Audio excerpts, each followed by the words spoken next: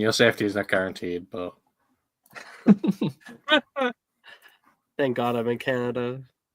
But who knows? Maybe soon. Yeah, I wouldn't be too sure about it being Canada for much longer. Sorry. Yeah. I'm just waiting for them to tear down the border crossings, then I'll be right over. You and Greenland are looking awful tasty right now. Yeah, right. And Panama too. Yeah. Fucking hell. Is it bad? I just want Panama so we can have Van Halen play there one more time. I was gonna say we need Van Halen to come back for it. We need Van Halen to start the invasion. Oh my gosh, it's just so fucked up. Very far across the water, you can hear the guitar line. Yeah, you need to start talking so it cuts you off on the countdown. Yeah, all the Panamans can hear him out on the water, and they start getting their weapons. Yeah, they just hear the bam, bam, bam, bam. They're like, "What the hell is that?" And they see helicopters flying in. They're like, "Oh no!" Load the rifles. We need anti-air now. I can see the heat coming off the road. Sorry. Oh God.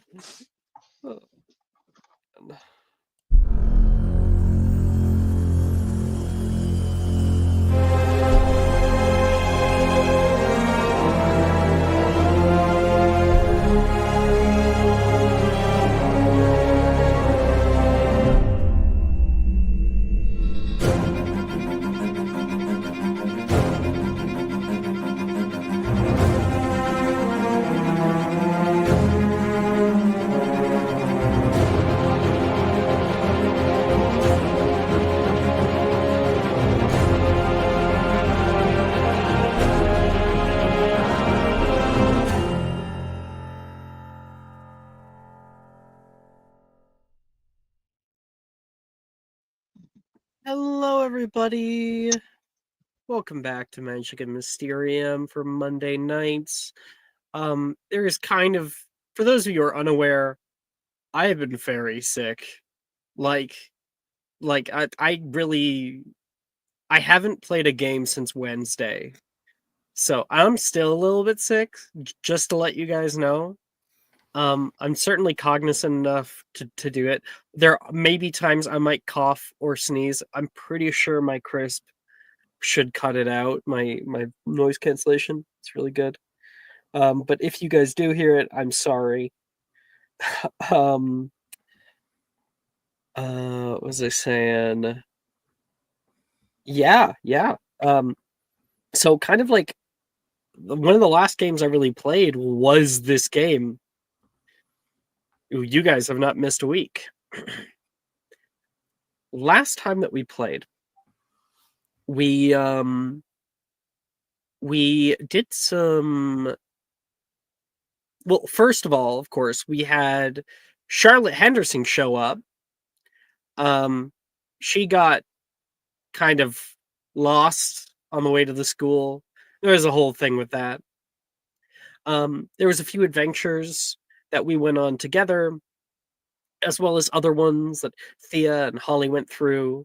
Thea herself becoming more intentionally connected with this odd relic she holds.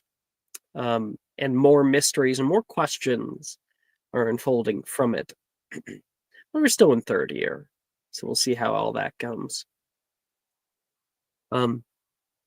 As for Holly, her and Darian are getting closer, and I believe the two of them are heading to Hogsmeade together. There was some... Yeah, I'm just remembering Taylor. Taylor was a little bit of a riot last time. And that's sort of where we left off. I guess we also did some classes too. We got a lot done. We did potions, and we did Care of Magical Creatures class, where you guys went off and found Doug Boggs. And I don't know if we did Muggle Studies. I don't think we did. I'm fairly certain we didn't, but I don't know if we had anybody in it. Monday night. I currently don't have anybody, so Laurent, are you in Muggle Studies? I am. Okay, so we'll add that to the little bit of a list here. All right. Well, we don't know about Charlotte. Oh, Charlotte, are you in Muggle Studies? Charlotte is in Care of Magical Creatures. I think, yeah. Yeah, cool. Because that's opposite that. Wonderful. Right then. Without further ado. Bright light of day greets us tonight. You can see there is intermittent clouds coming down from above, and this like low-lying fog. There's more fog than there are clouds, though, and the sun hitting it creates this white haze over the distance. There's a bit of a low breeze that's moving through the castle, bringing the slightest of chills. The forest all around is a array of spectacular colors. Still some greens holding on their leaves with little brown spots starting. The last bit of caterpillars eating up their edges. There are, of course, the autumn oranges, the deep reds, the dark purples, those little yellow flakes like gold coming down from all around. It's a wonderful time of year. And right now, we find ourselves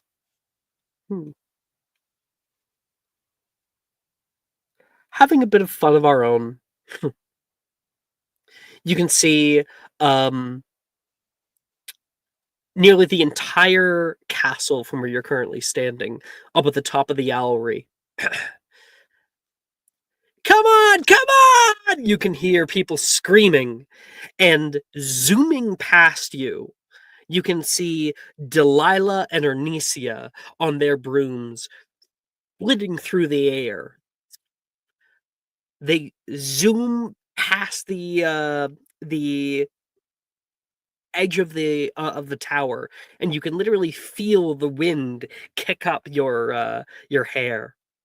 Now, whether you're questioning why you even came here, or are cheering on yourselves, or gearing up for the next race, or just having a bite to eat or so, I want to hear what everyone is participating in. Let's roll a random person. 6. Okay, Thea. Where do we go find? first? I rolled a 3. I can roll again, but next time I do Please. something like this, if you go first, I might just do it. But I'll be okay. I rolled I'll a take 2. it. Laurent, what are you doing? Why do I have to go first? Oh, stop it!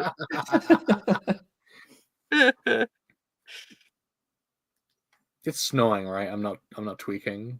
No. It's not snowing. Okay. No, it's fall. I'm tweaking. Yeah. Oh, it's You are fall. There's nothing to do outside in fall. This is fucked up.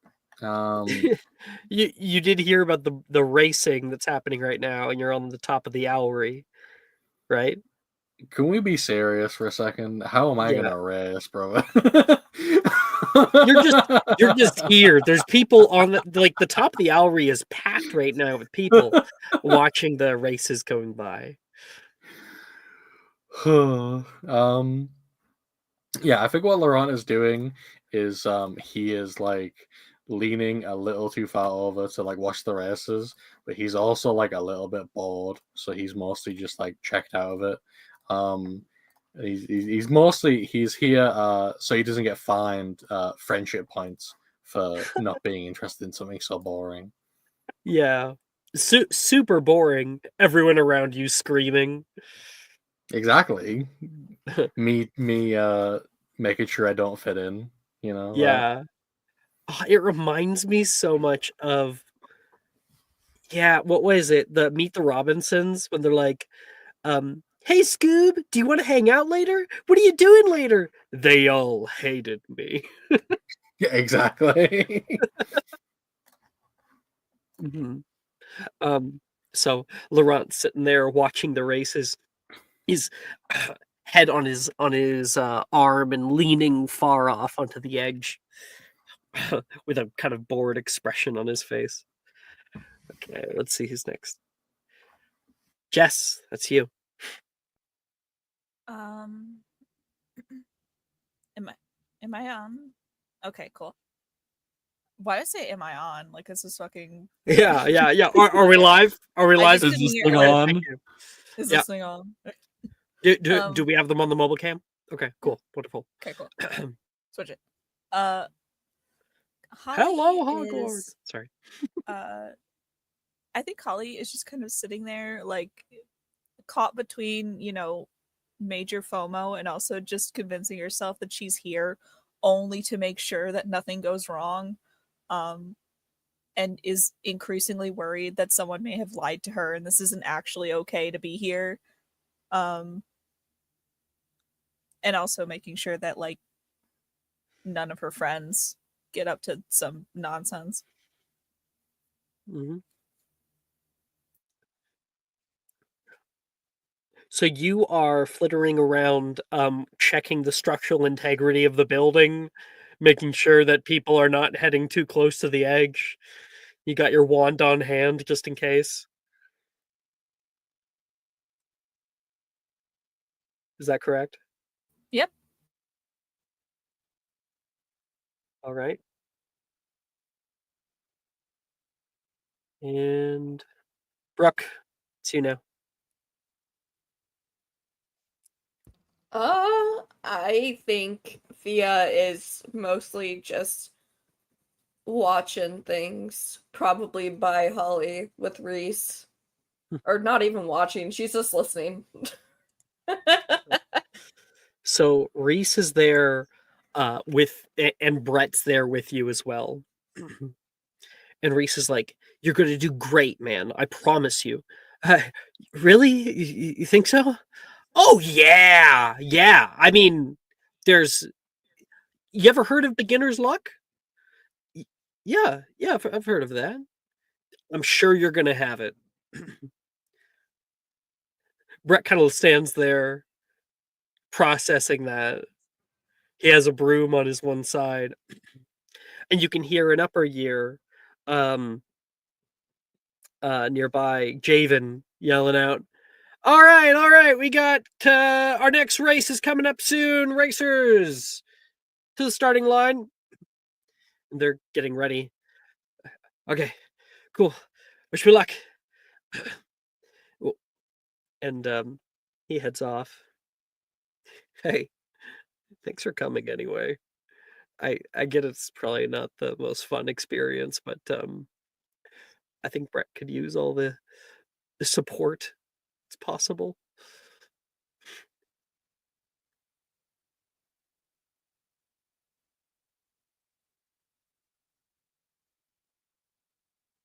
Yeah. I didn't hear what I was supposed to respond to. My bad. My internet's acting really weird right now. That's okay.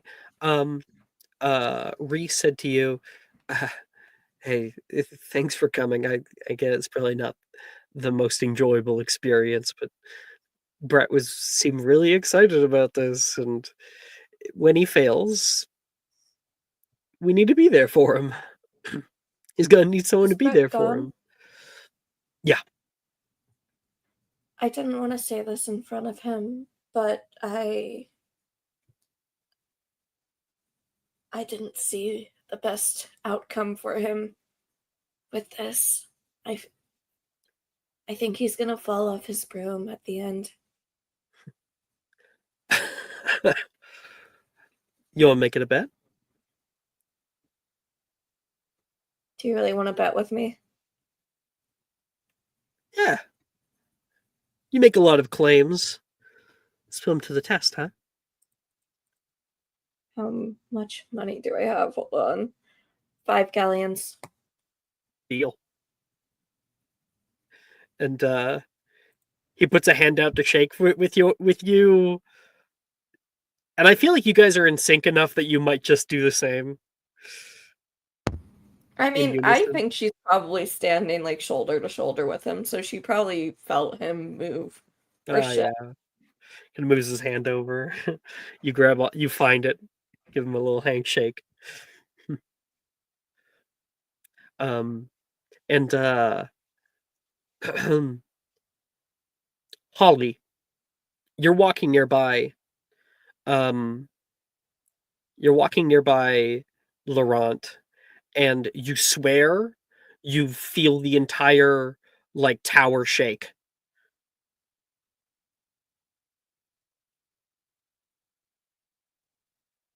There's a lot of people up here. Laurent, What? get away from the edge. Why? What are you worried is gonna happen? I think Holly opens her mouth and then like it's a very stressed look on her face.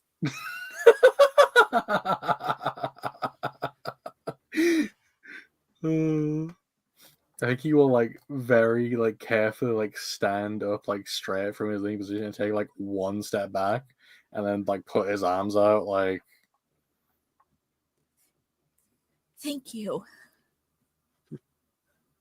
She'll like continue on, but like I fully expect that he'll just resume his position. as soon after as she she's turns her gone. back, he's Yeah. back.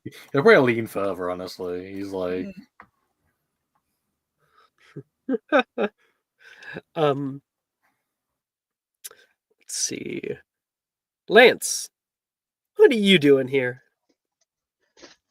He hears the placing bets, and he's gonna try and propagate that throughout the crowd. So I hear we're making some bets. What's your money on? I'm happy to take some coin from you guys. So I'll say the next upcoming match is Wilfred, Brett, and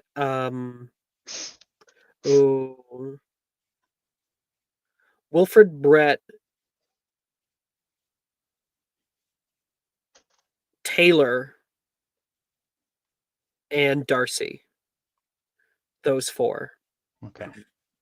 And as you're like yelling out, taking bets, small, diminutive boy comes over toward you. Oh, yeah, definitely. I'll take that. Give me 7 galleons on Wilfred. Big spender. I like it. Juniper overhears this. 7 galleons, Mo. Dude, that's a lot of money. A lot of money to gain, he says back. Don't you think you should, like, hold back a bit? What's the use in life holding back? Come on, 7 galleons, he says. And he'll sign up a little thing with you. All right, the pot is 7 galleons, everybody. Mhm. Who cares to And top it? you continue to like take these bets. Silas, what are you doing here?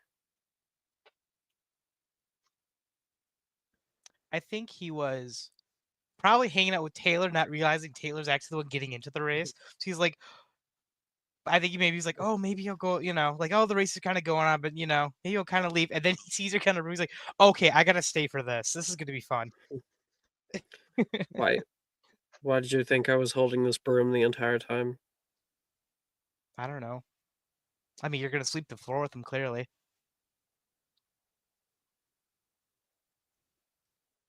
That was really funny. Thank you, appreciate it. She This gives cat- you like a little nod. Yeah, you can see like he definitely smiled at that, but like it was, but like he's like, I'm letting this hit in the air, letting it stay there, letting it sink in. It's exactly the right Exactly. choice there with her. I'm thinking that probably my biggest sorry that should I go for the strongest first or the weakest link? Strongest first, weakest link. Save your energy for at the end if need be. You got it. Okay. The If Wolfing guy's Darcy too tall. He's gonna really be if slow. Darcy meets a quick trip to the hospital wing, it's not my fault. She taps her nose. Understood. Charlotte, this is one of your first sort of school/student event to attend. Are you coming in here with anybody? What do you? Why have you arrived? I Who's would invited imagine you? that we can say Charlotte is just now showing up to Mhm. the festivities. A little bit fashionably late. But Who invited you? Darcy. Yeah. So I think like calling out toward in your direction. Charlotte! Hey! Waves over toward you through the crowd, pushes through the crowd over. You made it. Hey, Darcy. Yeah, looks like I got here just in time. You Hmm. getting ready to race her already? Oh, less racing and more demolishing is my plan. It's an attitude I like to hear. I bet you'll do a good job. Are you gonna sign up? No. Flying's not really my thing. I fly in my dreams sometimes, and that always goes fine, but when I try to get on a broom, it never quite ends up right. Well, I have reserved for you the best seats in the house. She says, turns around, gesture for you to Ooh. follow. Show me. You can hear the end of the previous race happen. Confetti goes off, a horn blares, and Delilah shoots into view, closely followed by Ernesia. Ernesia looks really pissed that she lost by like a single second. Woo! Delilah's screaming out, and Darcy brings you over to where Juniper is like calling out for Delilah. Says, "Hey Juniper, I'm gonna be up in a minute, but I'm sure you can look after Charlotte here." Oh yeah, totally. Huh. Hey Char. Hey, are you She racing like, today too, Juniper? oh me? No, I prefer Quidditch. Right. I'm not always the biggest fan of sports, but this is fun. It's fun to be here and watch everyone race. Plus, I'm not entirely certain that this is all on the up and up. I'm gonna go get ready, so I'll see you two later. Good luck. Good luck, Darcy. Darcy heads off. Well, you seem to be making friends already. Oh, it's one of the good parts about being here and in good weather. Everyone's in good spirits, And that's when you can hear Lance coming around taking bets. Come on, place your bets. Place your bets. Money to be made, money to be lost. That's what I'm Are you talking in? about. Oh yeah. Let me check my Oh, actually, I don't know how much money I have. Oh, because you don't have starting. Yeah. You can Yeah. roll me 2d4, and 1d20. Okay.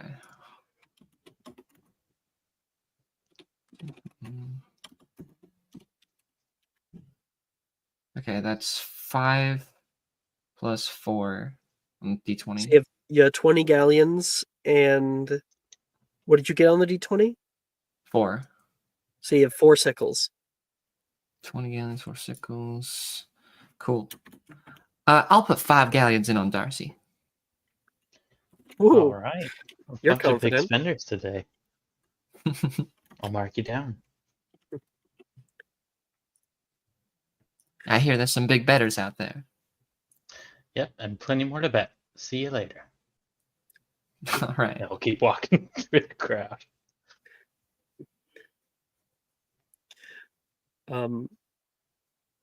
Okay.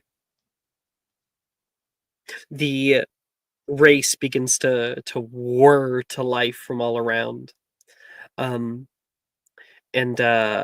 Laurent, as like the racers get into position and Javen steps up, like stands onto the railing right near where you're leaning. Like he hops up onto it. It's one of those thick oh, this is gonna be kind of funny wording. Thick castle buttresses. So true. Yeah, right. I can't believe that's the wording. And he's standing up there giving his like speech, like, "You've all come in. I see that we have some bets going around. That's wonderful." And he's revving up the crowd. You can smell something. You can smell like a caramel wafting through the air. Oh, that smells good. What direction is it coming from? Further into the crowd, kind of near the stairwell. All right, I'm pushing through people. I'm moving like I'm the guy in Heavy Rain looking for Jason. You know. I have no idea what you're talking about, but You mean you can move. he basically he was completely checked out, and now he is moving with a great deal of purpose. He's pushing through people. If Morgan's in the way, he'll like punt him. He doesn't care. You know, he's locked in. Mm-hmm. You move past a few people with food, and a few steps down on the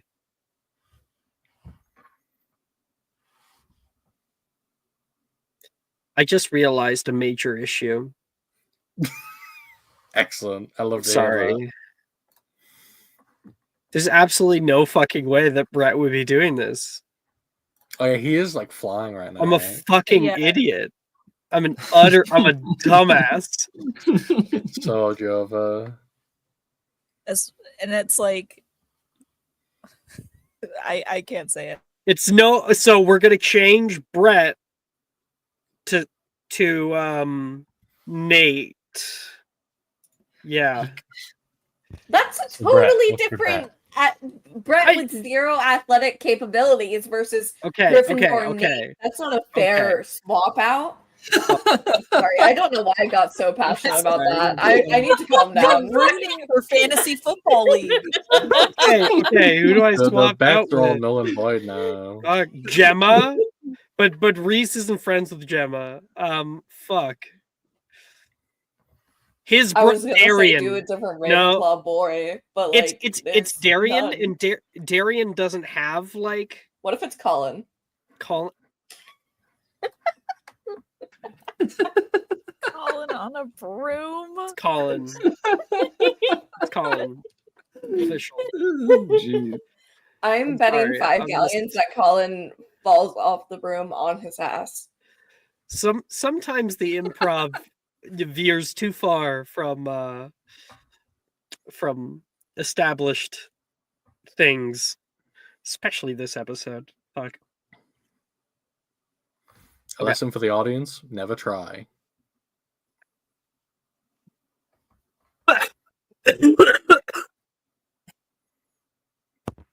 I laughed so hard I started a coughing fit. Holy shit. Okay. Where the fuck was I? I'm Right, you were following going the through the caramel trail down the Yeah. stairs, I think.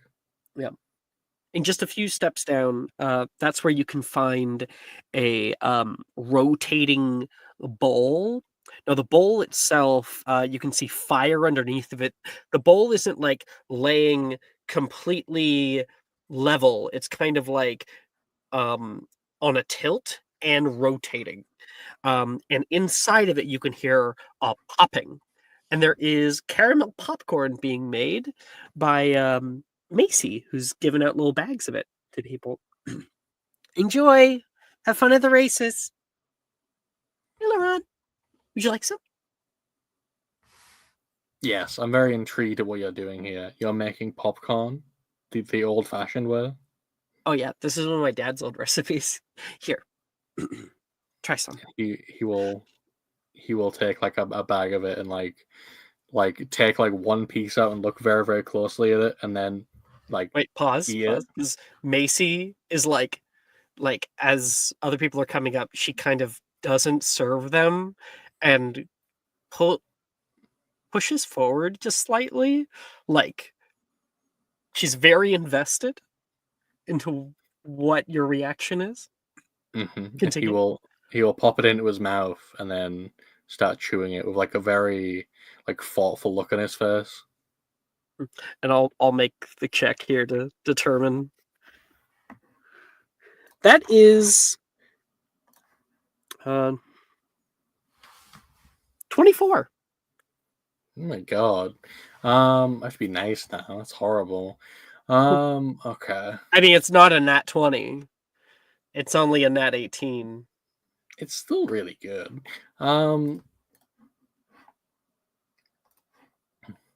So he's gonna chew on it for a couple of seconds and then swallow and be like, "Yeah, it's good. It's good. I like that it's a little bit burned in the right way, and that adds to the texture a lot. When a lot of popcorn, especially the mass-produced garbage that we're expected to enjoy at the movie theater now, is so raw, and you have to cover it in butter to taste anything. To actually have some popcorn that has some actual pop to it is so much better. Great job. Did you know that the Aztecs used to use popcorn as time as trade? She says. No, but that is interesting. I wonder what they were cooking back then. If I were trading this back then, it would be like a gold coin. She pops. And you're one giving in. it away for free? I'm charging everybody else. But not charging me, of course, because I'm a very important critic. Well, because you're a ghost. No, I'm not. Wait, what? Who told you I was a ghost? I thought. I guess I just assumed. A lot of people seem to be assuming that I'm a ghost recently. I need to make it very clear I'm not a ghost. I am merely cursed with a curse that happens to give me ghost-like properties at certain times, not even all the time. Completely different. How much do I owe you? And he starts like fiddling into his pockets. He's so annoyed. And yeah, you can see like the price on the little on her like little stand. You can pay it immediately. Oh, Yeah. I'm sorry. I didn't No, mean- it's fine. I just listen. If you hear anyone saying I'm a ghost, you need to correct them very vigorously because I'm definitely not a ghost. She kind of like nods. She's very self-conscious now. She feels bad. But the popcorn's nice. You see this little sparkle in her eyes, like she's about to cry, but enjoy. He's And you gonna head back up to where the others are. Up above, you can hear the horn blare off. Moments prior, though, Holly, Colin is getting ready. All right, that's my cue. Are you sure about this? Oh, come on, Holly. It's just flying. I mean, I learned how to do it my first year. It's like riding a bike. I mean, it isn't, because bikes don't lift you off the ground. Bikes can't, result in plummeting to your doom. Oh, God. I've flown on at least 4 occasions. I think I know what I'm doing. So. What?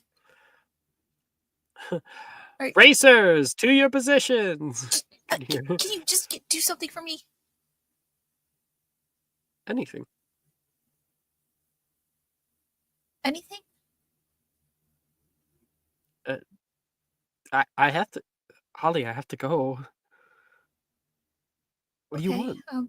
What? Well, good luck, okay? And drink this. Huh? She like shoves a potion at him. What is it? Is a superior girding potion. He coughs a bit and then wipes his mouth. He knows the taste. Wow, thanks, Banshee. See the gif. He's not gonna say anything. He looks up toward, because his face is downcast. He looks up toward you, wiping his lip, and he looks to his right, and that's when Darian shows up from the side. Knock him dead, King. Thanks, D. And he'll go off. He's gonna die. Oh yeah, Darian says. Taylor's not gonna let him live. Oh no. Neither is Wilfred. I guess we'll see. Care to make a bet on that? Lance leans forward into the conversation. I love that. You know underage betting's not allowed in school. Wager? Is that better? That's the same thing. I got, let's say, 17 galleons on the brown-haired girl. All right, I'll mark you down. You know what? Just make it a ruby. And he'll pull out a ruby. Gotcha. That is All X. right. I hate with rich the green- people. That's X with the I green hate dot rich people. He thinks he's so cool. insignia. It's micro etched. Yeah, it legit, because it's a Gringotts standard ruby. So they actually have the Gringotts bank insignia that's carved into it. Oh, make it a ruby. I need to register Shut the up. serial number as well, so I know who to give it back to as well. Wow, so much Darian hate going on right now. It's wonderful. This is so crazy. Gotta love purebloods. Holly, are you gonna put into the pot at all? Or No, absolutely not. I'll look over to Darian. She's far too pure. All right, suit yourself. Keep walking. Colin's going to Like get a hot dog eviscerated out there, and salesman you in put a a baseball ruby. stadium. Don't you dare tell him. I can't tell him. He's gonna end up in the hospital wing. And she puts her hands over her face and kind of bends down. Mm-hmm.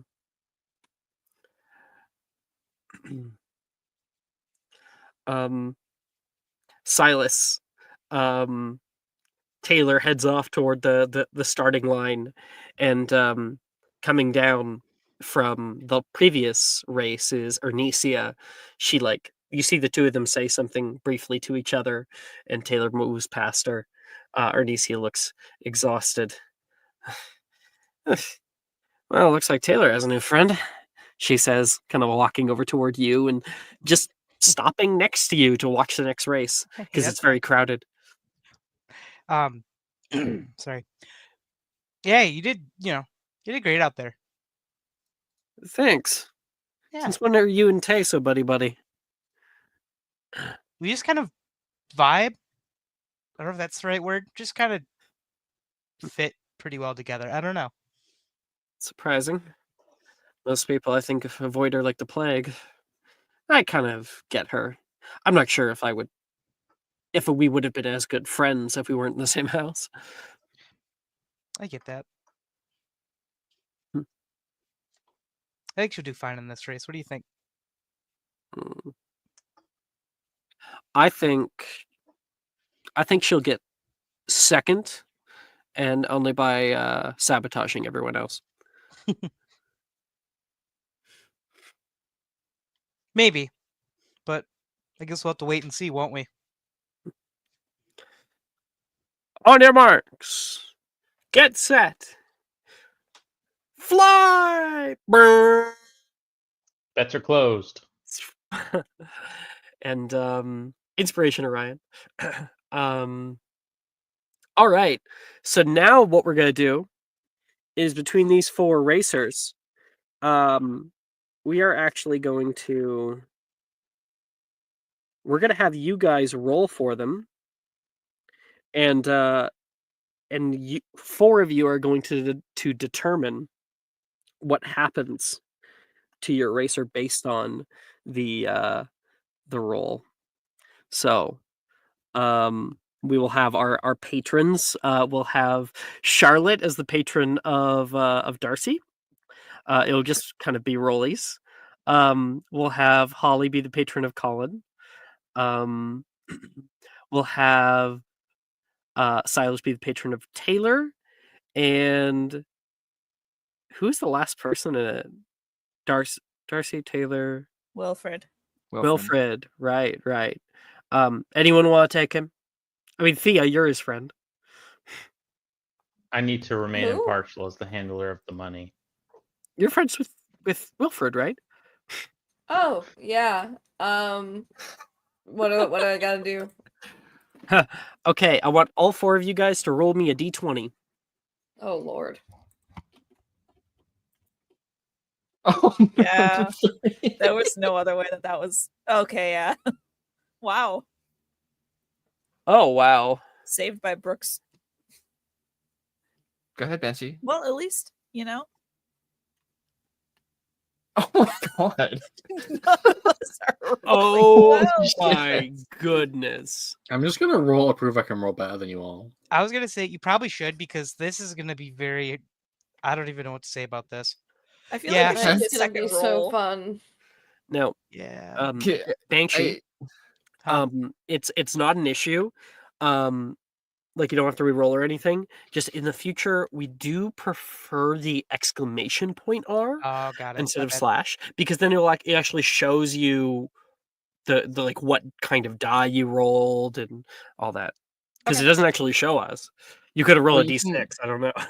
You know. Got So it. Alex, No you can worries. click on where it says a Sly Banshee used roll, and it'll show the command that he used. Oh, So it I does didn't know show, that. but you have to like click an extra button for it. either way, but good to know. Thank you, Maple. Okay, so Wow. based on this,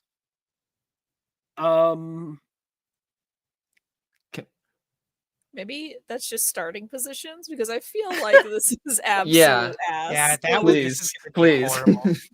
Everyone Okay, roll a 5 or well, less, please. we'll Let say us this is re-roll. this is the first half. The first half is absolute chaos.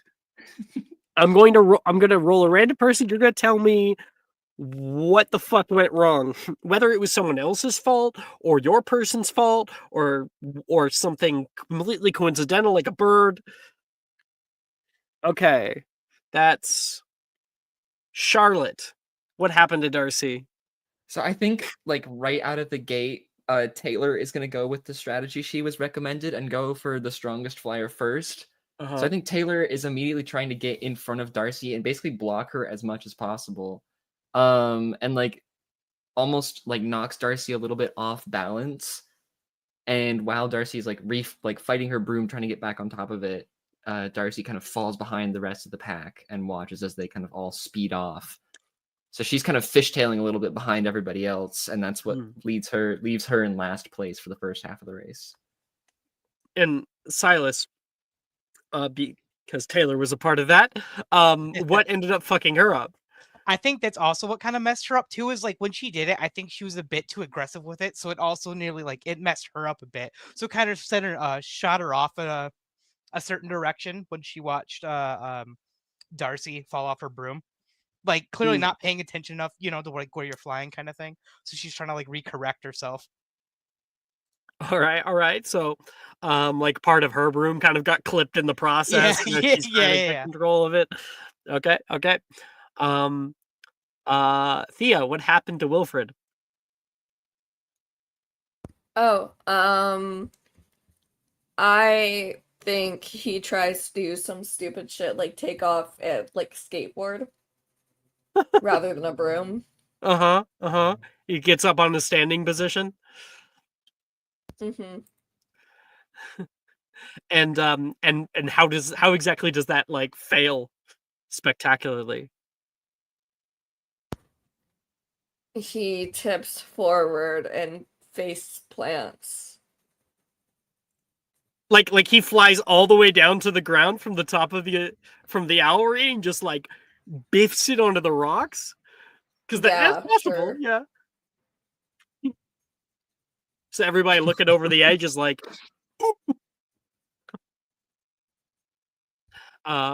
he tries to get back on his broom, but is very dazed. And Holly, what happens with Colin? I think he just gets lost in the chaos. Like everyone like didn't really Doesn't start. know where They to just go. kind of no one's doing anything, and then like he starts taking off, but then everyone's in his way, and he's like trying to move around him, but then like brooms are getting thrown around, and it's not good. Like he can't get a clear shot ahead. Okay, let's do one more roll.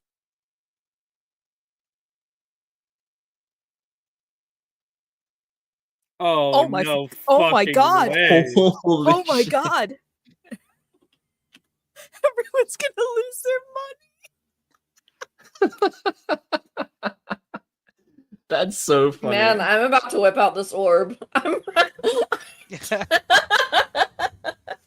Yeah, Thea, you're like, I'm about to use this orb for this. No. Give Colin a low number. Brooke, because like it's not technically a player, I absolutely will allow you. Do it. No, it would be so fucking funny. It will end up being it would both. be my first use. Okay. I don't want to make my first use something fucking stupid like this. I mean, if it was Darian, I'm sure you would. Oh, absolutely. He's my mortal enemy. What about this? Thea? You see the possibility where he like completely fucks it up, really hurts himself, and you're like, I really don't want that to be the case. He still falls off his broom, but it's after he wins.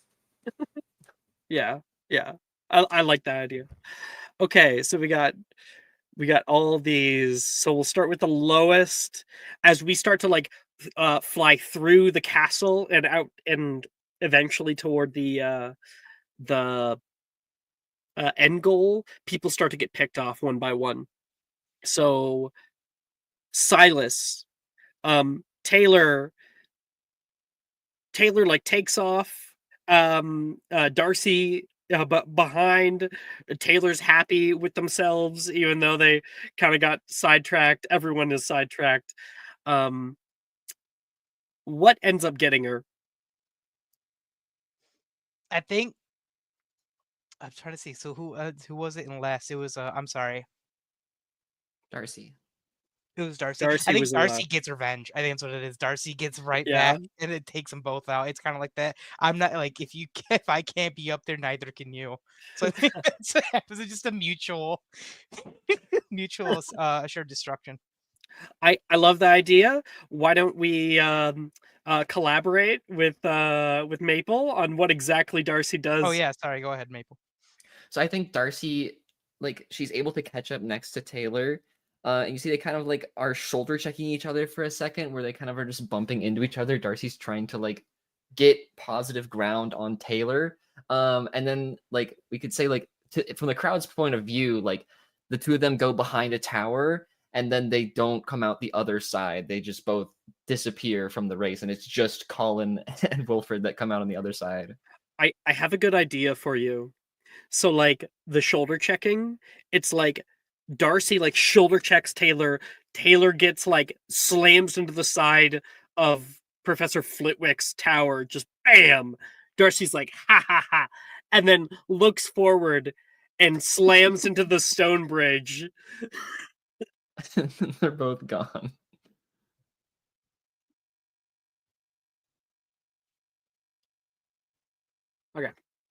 Um, and just kind of skips off it like a stone. All right. And then it looks like there's Colin and Wilfred, who's neck and neck. Thea, what does Wilfred do to go so far? He actually did very well, so you can narrate something that good that he does. I think Brooke is BRB. Oh, Perchance. okay. Then I will throw it over to Ito. It's the one thing I didn't want to happen. Yep. But okay. Too Who am bad. I doing this for? Wilfred. So he got a 15. So he did pretty well. What did he do good? After biffing it Alright. on the ground earlier. So this is Wilfred we're talking about. So as we know, Wilfred can't do anything fucking normal. He has to do it in a Yep. freaky way. Mhm. So what he does is he starts, because he's a one-less magic sicko as well. I think he starts casting Flipendo over and over, like from the ground, and he just starts propelling through the air. Like his broom is not going in a normal way; it is like spiraling, and he just starts flying at high speed. Not really in control, but definitely getting much closer to where he's meant to be than the ground. That would scare the shit out of Colin. Good. I hope To Colin's scared. I want him to yeah.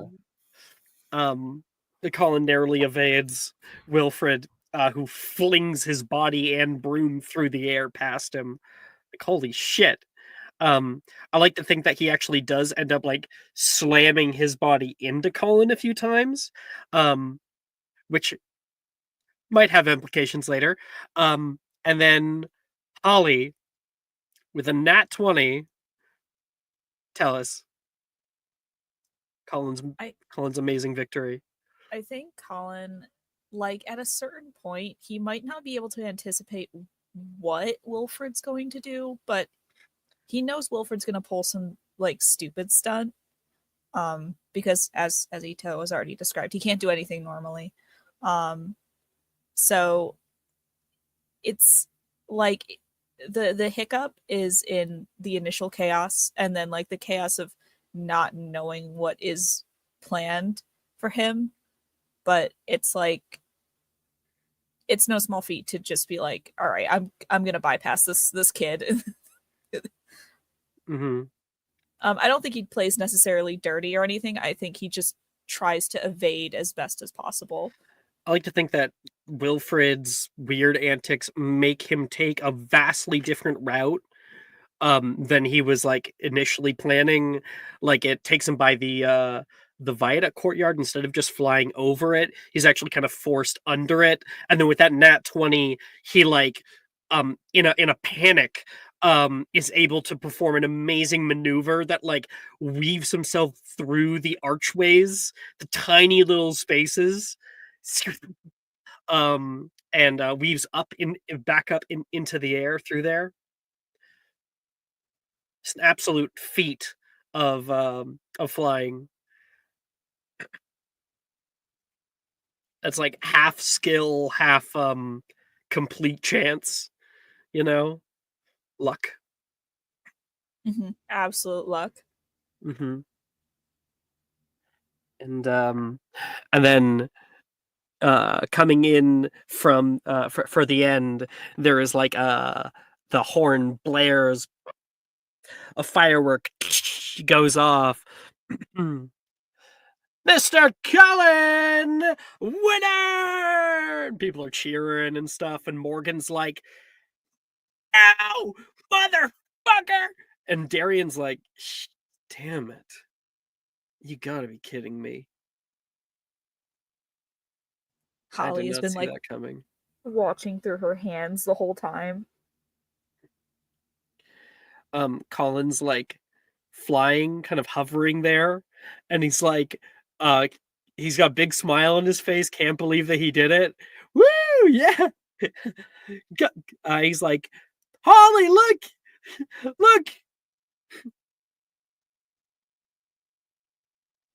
Yeah, she'll cheer for him. Yeah. And is Brooke back? Yeah, I think so. Like Reese says, all right, pay up. 5 galleons, let's go. 3, 2, 1. And then you can see the sputtering that comes from the back of his broom after getting hit by Wilfred. And his broom gives out. Ah! He goes careening down toward the ground. She will hold her hand up for her galleons. He tries to pull up and ends up splashing into like a part of like the river below. Reese very begrudgingly hands you your money.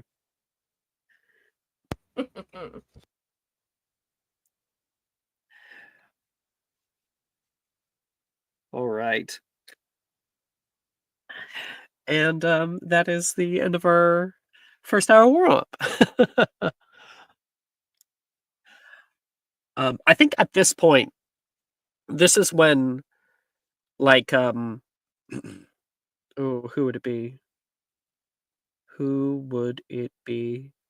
The headmistress is like walking across school grounds up toward the owlry, and people can hear her screaming.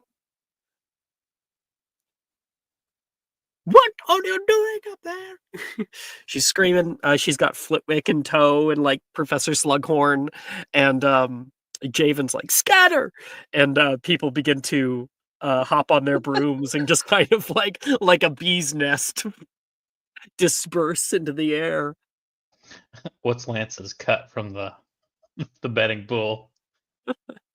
Well, Because you no one go would have ahead. voted. I mean, no one would have bet on Colin, I think, right? I think it's like a percentage off the top, and then Yeah, it would be whatever. like a 10%. So why don't you go ahead and roll me a D12. D12. Okay.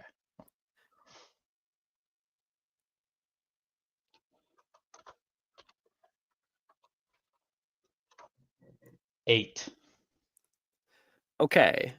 So you end up with 16 galleons. Hell yeah. He's flush for cash now. Okay. And our scene will softly transition. We find ourselves in Muggle Studies class, or rather, Laurent does. Hell yes. All you haters and losers couldn't understand the appeal of Muggle studies. That's crazy. I just need to get the Milne art. I would, but Holly's a Muggle born. There's like no point in her going. Yeah. It is so not true, though. Well, you also just kind of gave me like a free period, and I was like deciding whether or not to do Muggle studies, and I was like, okay, free period it is, I guess. All right.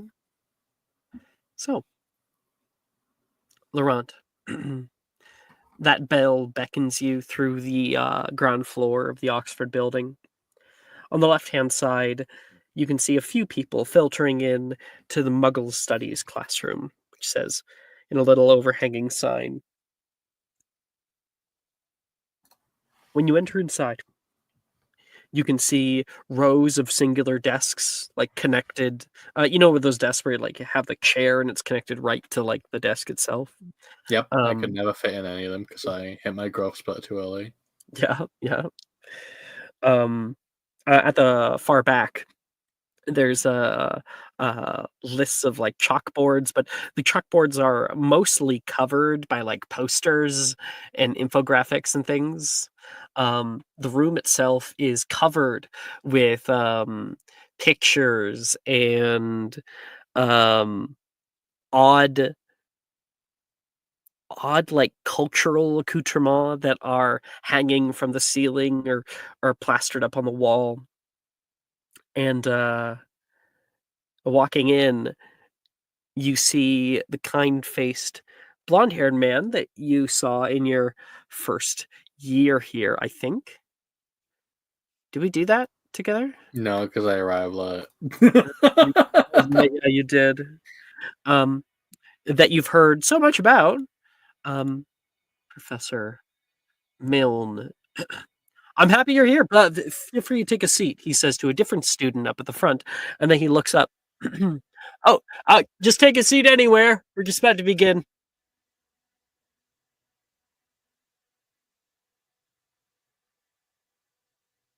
He says to you. Jem is in this class, right? Yes, you can see a few other people filtering in throughout the desks. Gemma, Ernesia, and Taylor are all here, and they kind of fit into a little triangle of desks. And then you can see Sam and Sally and Logan are also here. I think also... I need to pull it up 1 second. Third year, Muggle Studies. Also, Nolan is here, and he's getting out like a little teeny tiny typewriter. And Janice finds a seat right at the front. Excellent. I will sit next to Nolan then. I will bother him, as God intended. I just have to be bothering a blind person on my classes where I can't get any good grades, As you come over... Wait, sorry, was that something you said in character or out of character? No, I did not say that in character. Just need to make sure. Nolan is sitting there, and as you come over silently and take your seat down, put your bag down, you can hear him without turning. Hey, Laurent. I thought I was being very sneaky. I can't believe you noticed me coming over.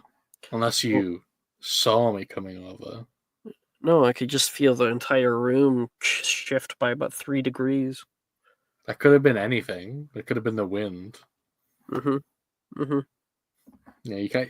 I think it's very rude that people keep accusing me of making the room literally cold in my presence. Like, that is not a real thing. That's psychosomatic. If you say so, man. If you want to keep living in that delusion. Cha-ching! What delusion? Hear his typewriter set. There we go. Yeah, I'm being accused of being all kinds of things recently. I find it very upsetting, but whatever. Oh, no, not an accusation, Laurent. It's just fact. And he gives you a smile.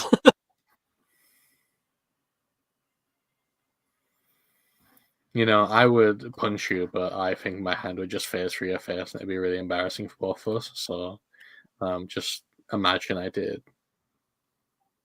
He's going to give you a little wink, and make a little kissy motion, Listen, love you too. get you nowhere. What? Listen, flirting will get you nowhere.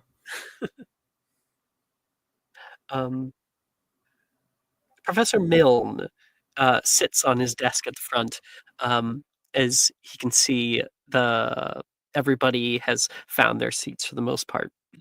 And he begins. Well, looks like everyone's here.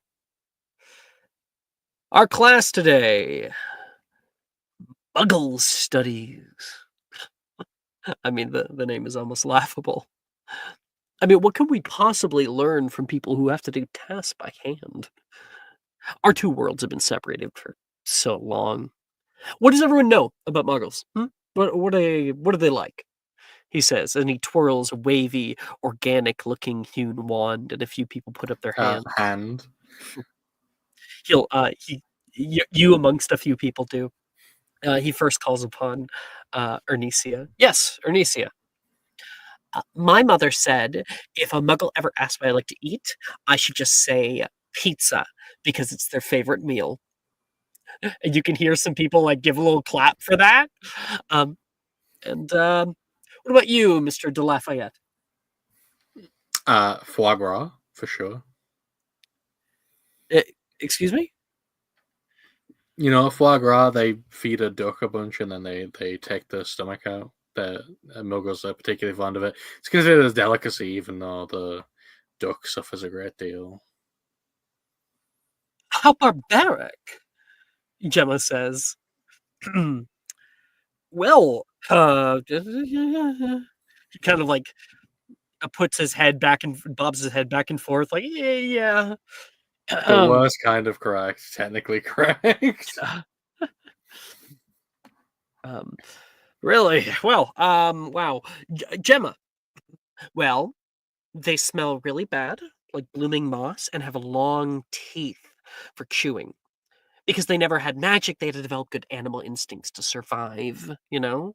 So my father even told me about a Muggle he met who nearly bit him. Oh, well, okay. Well, I can safely say that most of you are completely wrong, he says, and he snaps the wand in his hand without hesitation. When that happens, there's an audible yelp from Taylor in the back. Which is probably the craziest thing you'll ever hear from Taylor. And he throws the wand onto Gemma's desk. And foie gras is, it's a delicacy, considered one, so it's not terribly inhumane. And there is the exception for the pizza. I do love a good Hawaiian. You can see now that the wand was simply a twig from outside. No, you all fail to grasp one very simple truth, that too many wizards live their whole lives without knowing. See, we may not have magic, but wizards and muggles have one thing in common. We both make assumptions and accept falsehoods without first doing the work to know if they are true or not. Wait. You're a muggle? Gemma says. I'm glad he caught on. They can't see Hogwarts. What? Gasp. Where am I? Where did my class go? Male mimes being blind to the classroom, and the other students start to kind of laugh at his theatrics. Maybe Gemma looks around at everyone else like how fucking dare this guy? Can you believe him? Maybe you're just like a squib or something. And maybe you assume how the Hogwarts wards work without doing the necessary research. Gemma is silent. This course, I will teach you about the lives of the people beyond these walls and dispel rumors and myths that once spread in this very room for words of truth and understanding. Milne gives you all a kind smile, even Gemma. Now, who wants to learn about the internet? Much of the class seems surprised by their own newfound excitement to the topic, and people quickly get out their textbooks, ready to learn. Ito, gain inspiration. Thank Love you. the foie gras thing. And you may make a Muggle Studies check. Now, you have expertise, don't you? I do. Yeah. That's how you know I'm a real Normally- Muggle Studies head. All Right? the haters and losers could have missed this, but they didn't. Normally, rolling well in this class gives you successes towards proficiency or expertise. Doesn't really work. Oh, For apparently you. I only have proficiency, so I can work towards expertise. Oh, I okay. got a 26. Yeah. So 1, that's an O. 2, that's 1 success towards expertise. You're actually sick for this. I'm a demon, you know. I mean, as soon as I found out you can make Muggle Studies rolls for cooking, I was like, all right, this is how I win.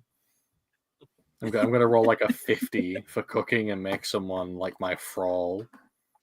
Why does your headline say E?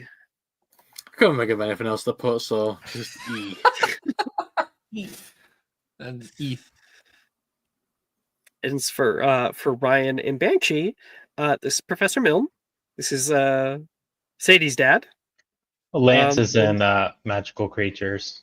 Now, I'm aware. This is Okay, out of sorry. character. Oh, for me. Gotcha. Yeah, because you guys are new. You haven't met this guy. Yeah, this is Sadie's dad, and he is a Muggle. Nice. Cool. I love him.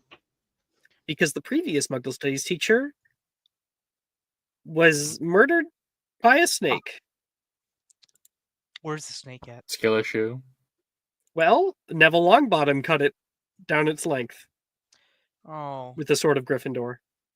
well, I'll go make a dangerous friend some point in this game. Well, you might recall in the movies when we go to the Malfoy Manor and Voldemort's having like a big like kind of dinner party, and there's that woman that's hovering above the table. That is the woman that used to teach this class. Big oof. Shit. Well, Mm. Yep. Yikes. Okay.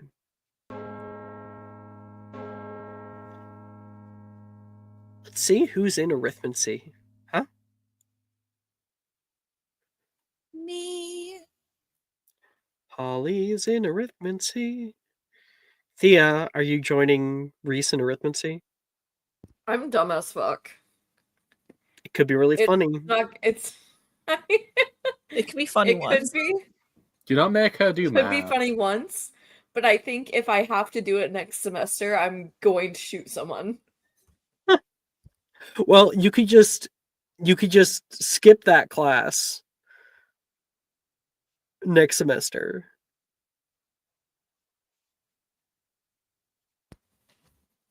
I'm just giving you options. I'm good. Okay, I'm cool. fine.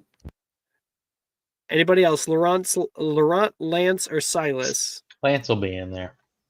Okay. I oppose arithmancy on a moral level, so I will not be doing arithmancy. Are you gonna haunt the arithmancy class? No, I'm No, not, because he's not a ghost.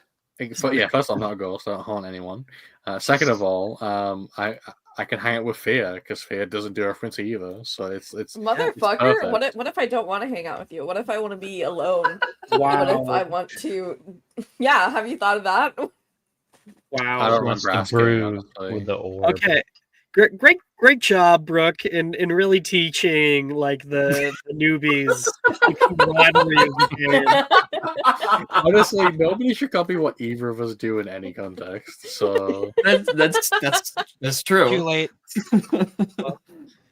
Charlotte, what about you? She's not there. No. There's no way. I'm sorry. Lance, you can hear that bell going, and you're almost late. I want you to make me an athletics check. You fucker. You're doing this again to me. Mm-hmm.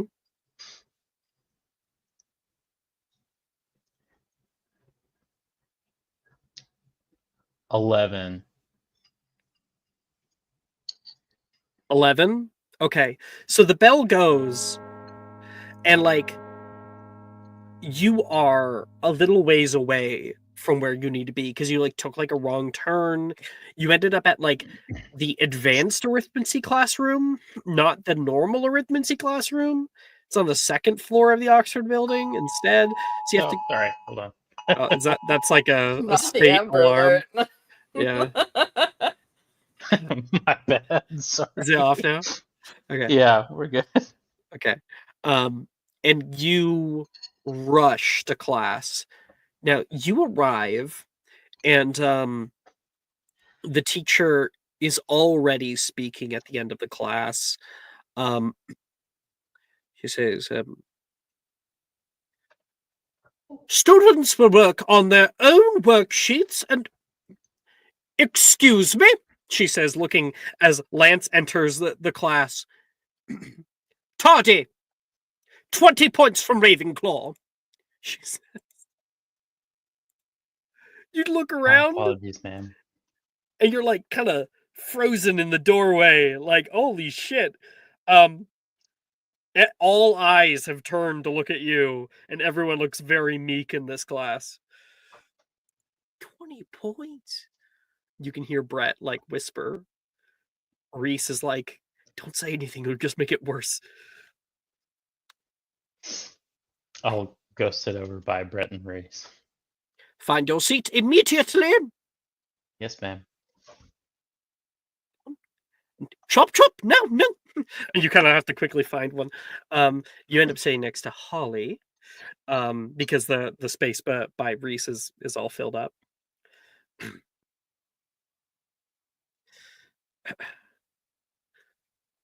Holly, Sorry. Lance comes and sits next to you.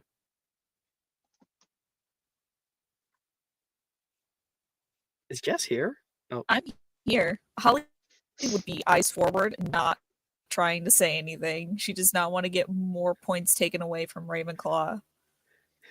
do we get that like side glance, like without moving the head? Mm-hmm. Straight necked back. But I'll give you at least the description of this room, Lance. So it's a wide rectangular room. It's been constructed with long 4-person desks that cover the area like a study hall.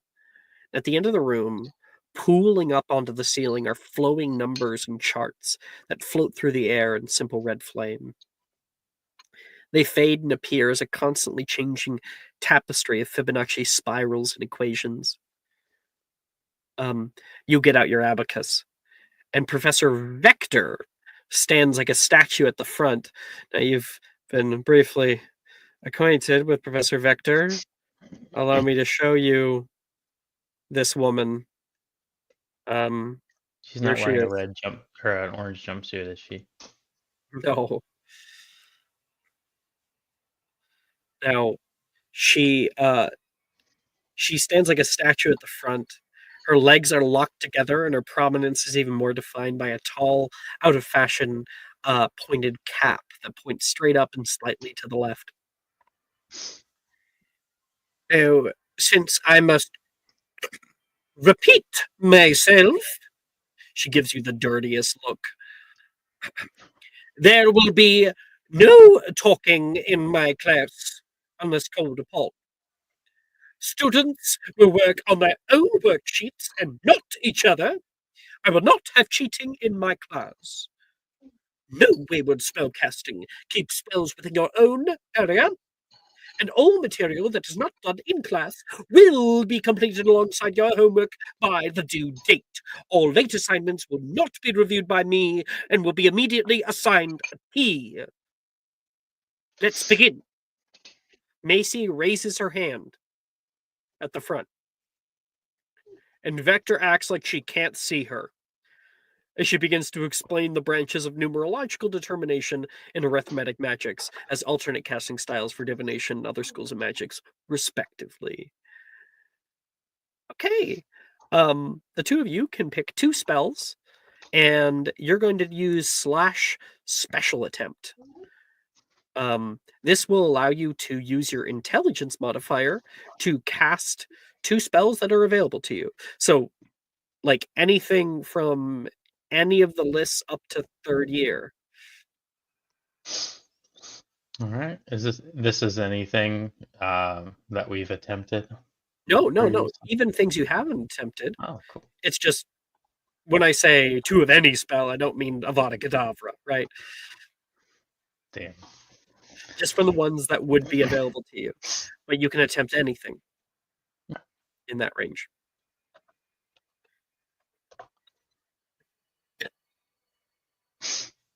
So for alternate casting, would you put yes there? Or how You does don't that have work on the? you don't have a split modifier, do you? For your magic school modifiers? No. If you have no idea what I mean, then you don't. Then no, you just put false. Okay.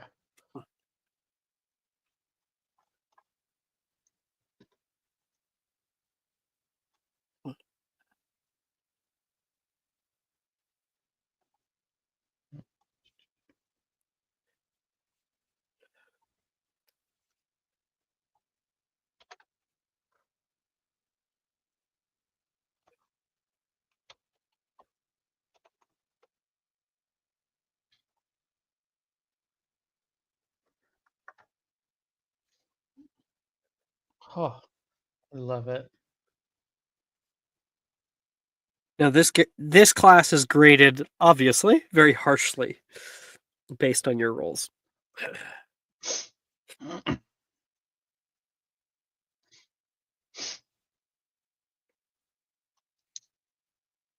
I'll be right back. 1 second. Okay. Rock.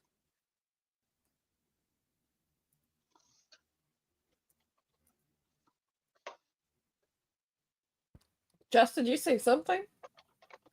Yeah, I said rock. I am trying to school myself in my reactions to things that please me. Mm-hmm. Learning Zen. You This guys is the ever read only about way Lance is Operation going to be Snow able to learn White? spells. What was that, Ito? You guys ever read about Operation Snow White? No. I want to know what this is. Excellent. So, Operation Snow White Okay. was an attempt by Scientologists to infiltrate the US government.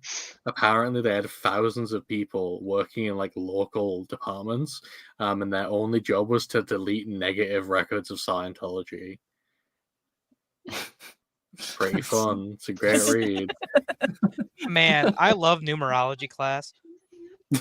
Dude, numerology class would go crazy. I would definitely sign up for numerology It's ran by class. Scientologists that somehow made their way into the wizarding world because you know they would. Mm-hmm.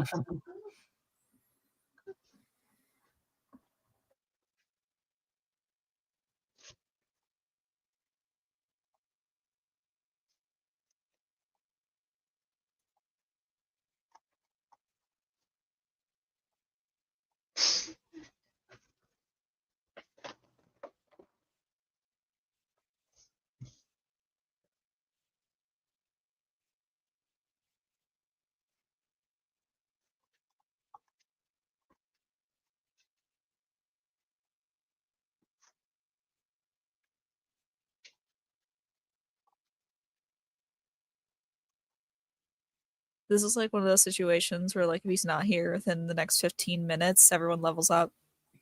It's true. You got Also, it. if he's not Alright. here in the next 15 minutes, I will start talking about cults again. I'm here. Cults. Cool. Sorry. Yeah, I'm sick, so it can be a little hard to get around. Does this count towards a successful cast also on the character sheet? Yeah, of course. Okay. Yeah. This is a way to get, like, if you have like a really shit like strength mod or something, and then you can do transfig spells, and instead of using your strength mod for the transfig spells, it uses intelligence. Yeah, I did one of those. Yeah. And it also gives you more spell attempts. So I think we already did ancient runes, which is like the same thing. Yeah. Yeah. Yeah. For wisdom. All right. Let's get your rolls, guys. All right. Lance got a 22 for Sagittario, and a 21 for Protego. Nice, you got an O. Sweet. Holly. Like the only one he's gotten this year. Yeah. Holly? A 28 for Sagittario and a 27 for a Parafarge. Shit. Damn, you two. This is a class where the bookworms reign supreme.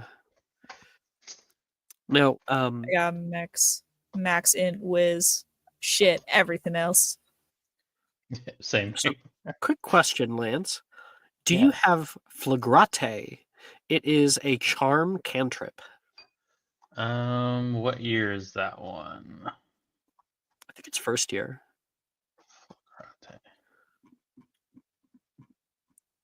Second year. Second year. Second year. No. Okay, that's fine. But you would see like a bunch of other people and also her at the front are writing out these equations in the air using Flagrate. And when they finish them, similar to how runes worked, it's kind of the same sort of system, just with math. You figure out the proper constant, the proper vector, and when the equation balances itself out, you're able to cast out, and all of that writing disappears and culminates into new magic. So you're able to do that pretty easily, just following the instructions on the book. It's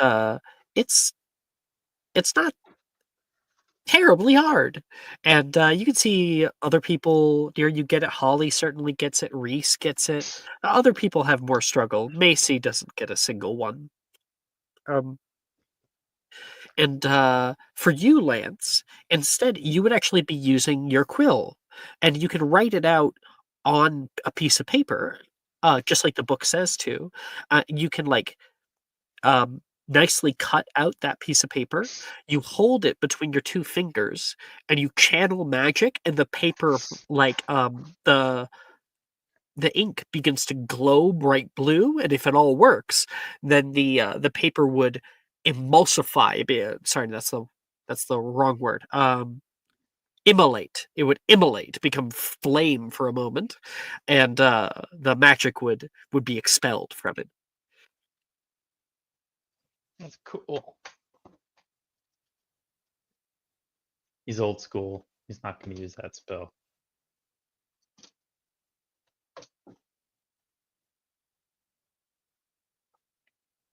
Sorry, just had to blow my nose. Okay. Running out of tissues. Ugh. All right. That is arithmancy class.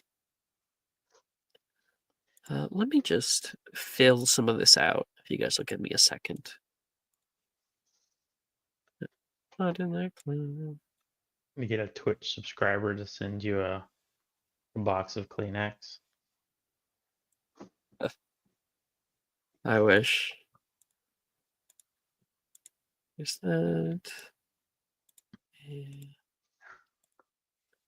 I'm just adding dashes for the places where you guys aren't taking the class.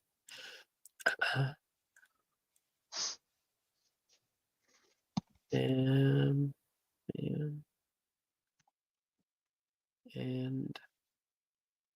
Lance and Silas, can I get a perception check from you guys for your astronomy grade? Of course.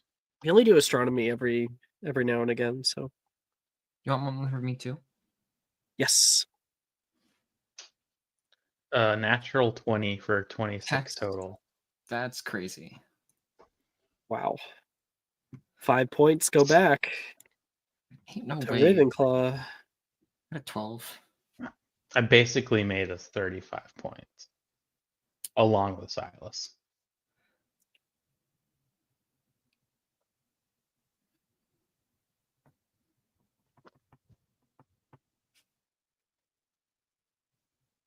Charlotte got a 12 for astronomy. 12, okay. Silas. Yes. Sorry about that.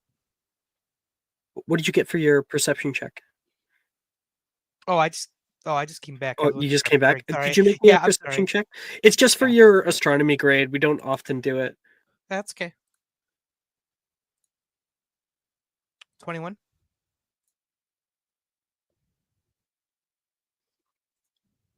21, you said? Yeah. Okay. There, you have an O. All right. Cool. Ito's just Grades are flexing. fixed there. All right.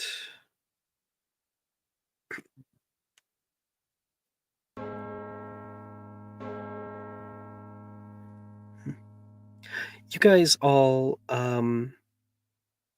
culminate down into the Great Hall for dinner. You can see there's a bit of a kerfuffle going on. Walking over, Janice is freaking out at the Ravenclaw table. But they can't just do this to us at the last second. It's not that big of a deal, Jan, Drusilla says. I'm certain that Professor Rojas just has something special planned, right? Astronomy class is important and they just change it at the last second? I didn't even know they could do that. She says, holding on to her schedule.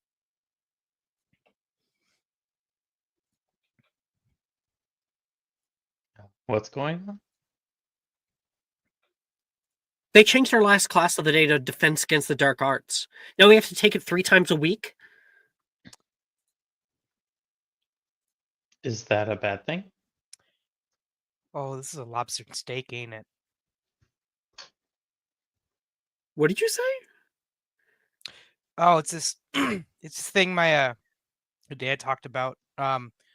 Anytime before he or any of the other guys in the military get deployed, they give them lobster and steak. So I wonder if it's kind of something similar to that. Not that we're getting deployed or anything, but like if something else bad's going on, they want us extra prepared. Oh, cool. I hope that Cool. makes sense. Sorry. Yeah. No, you just said a thing. I was just like, I did Oh. not have the context for. Sorry, I Okay. thought you were still in character. My bad. No, that was out of character. I was Oh, not cool. sure. Well, 'cause I did all that in character, by the way. So We'll say that Saoirse was like, "Excuse me, excuse." So you explained that. Yeah, Charlotte, I don't think you've even had Defense Against the Dark Arts yet. You haven't met the teacher or anything. Nope. So how do you react to this news? I think she's intrigued. She wouldn't be at the Ravenclaw table hearing about this news, but even if you're at the Hufflepuff table, they're next to each other, she's at the Gryffindor table, which is also next to the Ravenclaw table. Okay, fair enough. Yeah. they had to keep us away It goes from each other. Slytherin, Hufflepuff, Ravenclaw, Gryffindor from left to right. Right.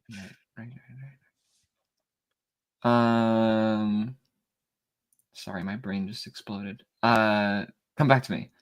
Okay. Laurent, you might have overheard a little something about this. Why don't you make me a perception check for earlier? Okay. I got a natural 1. Yeah. See, so out of character, Laurent walked right past Professor Rojas, who was pushing a big wardrobe through the hallway and trying to get it into the Defense Against the Dark Arts classroom, and Laurent just completely didn't give a fuck, and just kept walking. And so when somebody turns toward you and Reese is like, "Hey, Laurent, do you know anything about this?" No, I thought what? Whatever.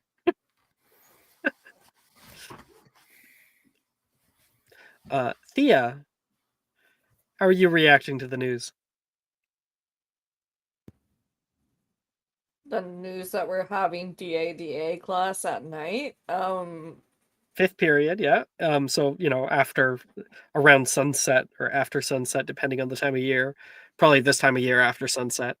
And Tia has been at the castle and like observing people for so long that I feel like the schedule changing like every once in a while isn't super out of the ordinary. Janice certainly seems like she's having a mental crisis about it. Yeah, Thea and Janice don't get along. Thea does not like her. She's just irritated with her.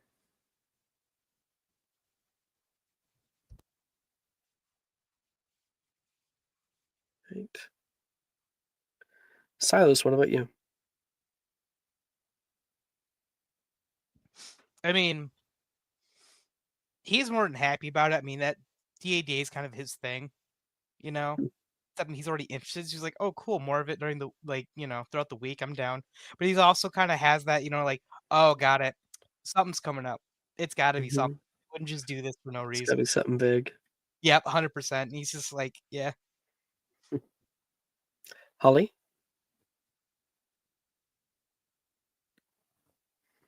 I think Holly's actually trying to reassure Janice and everyone that it's probably fine. It's probably like a once-off thing. I don't think they'd get rid of astronomy class, especially not so far into the year. We were right in the middle of researching ancient cosmologies.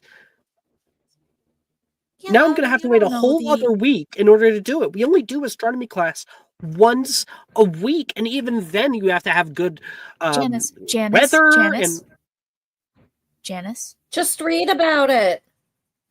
Merlin's fucking beer, Janice.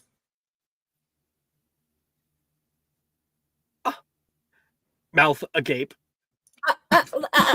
Read about it. Look at charts or whatever. Reese is like, I think Reese and Brett are both like almost spitting out their food, coughing. Laurent is like turned around, is like leaning forward towards the Ravenclaw table. He's like, "Oh, this is good." Yeah, I think Charlotte has turned around too and is like watching this whole thing unfold. Yeah, Janice hates all the eyes on her, so she's gonna get up and leave. I'll be having words about this with the faculty. You have fun with that. Bye. I think like Drusilla kind of surprisingly isn't as supportive with the whole thing. You see her kind of tongue-in-cheek there. Like she's thinking. She looks up Thank at God you. I don't see shit. I know. I'm talking about the audience. And she'll stand up. Would it kill you guys to be a little nice from time to time? She grabs her bag and is going to go off after Janice. Yeah, Fia. Can't believe you were so mean to her. Very, very horrible. Would it kill her to get a grip on her emotions? Well, everyone can see the future all laid out in front of them, It's one class that we aren't going to. Right. I think we'll fade from that, and that's where we can take our break. We'll come back in 10 minutes and see what Defense Against the Dark Arts has in store for us. We just witnessed everyone the first time Laurent was the voice of reason. So proud.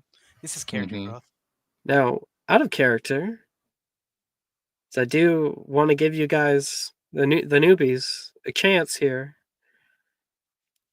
Or I could just do them last.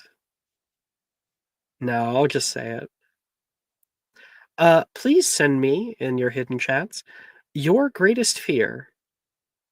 See you guys in 10 minutes. Are you looking for that perfect gift for that tabletop role player in your life? For that podcaster? For that little sister that keeps going on and on about shiny math rocks? Well, look no further. OBP Musical has you covered. Original theme music for your characters, worlds, podcasts, and more. Has your bard written lyrics about a party member's tragic demise? Let us compose to them. Or better yet, let us write those lyrics for you.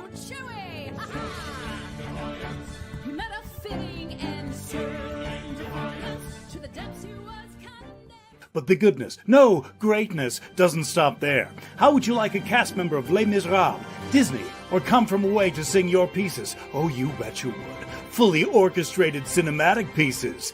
Pieces like this. Who'd rise to meet the call, who'd fiercely face the danger, be a hero to them all. For the hordes of people We have 8 vocalists, 7 composers, 2 lyricists, and an admin team ready to take your request. For as low as $60 US, you can get your own musical theme. OBP Musical, making fantasy a reality.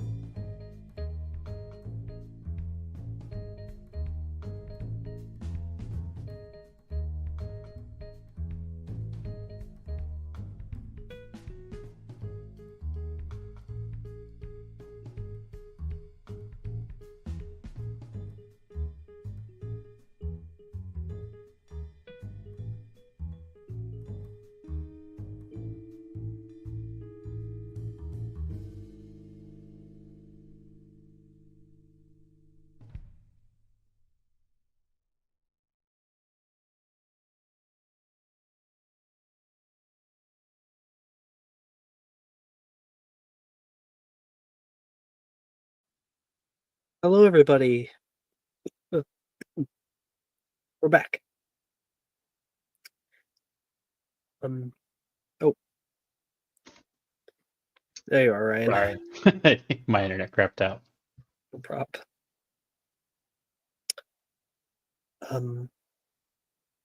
Right now the sun has already gone down. There's a glow of twilight that comes over the castle. The interiors are covered in a warm amber light from torches that burn on the walls, and chandeliers that hang from above. Entering into the Defense Against Dark Arts classroom, Professor Rojas is already waiting for you. She stands in the middle of the room, and everybody starts to gather around in a big kind of pile, a big crowd.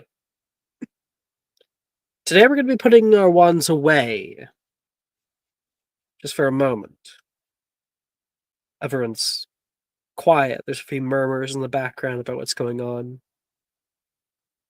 Today's class will test each of you in a way that may be difficult for some students to confront.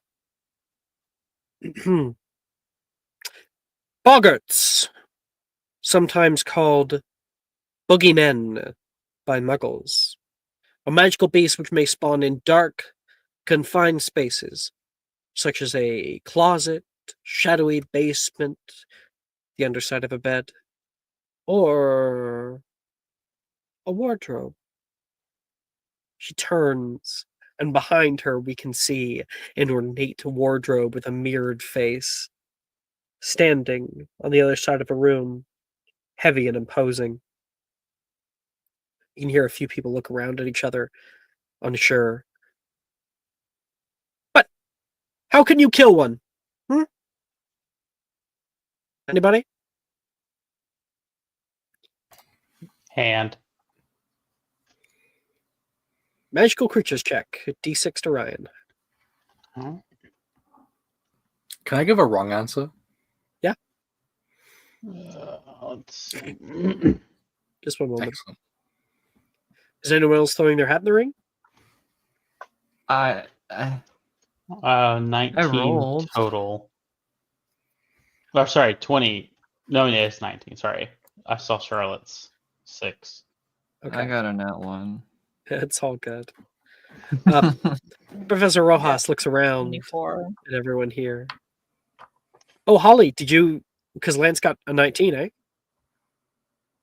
that what it was? Yeah, I wasn't expecting that. Wonderful. Okay. So she looks around the room. Oh, I see Mr. de Lafayette's hand up. How do you kill a boggart? Avada Kedavra. Sorry, I started coughing, but I meant to begin. Oh, that's very funny, but no. And you can hear a few people like murmur, "Oh, what?" Some people believe that was a good choice, but points for creativity. Mr. Oh, no, not Mr. Mrs. Honeywood, not Mrs. Miss Honeywood. You can't. Ding, ding, ding, ding, ding, ding, ding. You are the winner. Indeed. Boggarts are similar to poltergeists, and are thus classified as non-beings, and are henceforth not actually living to begin with. So, but what does a boggart look like? Anybody? She looks around and picks the second highest. 1 second, I'm going to send the answer to Lance here. There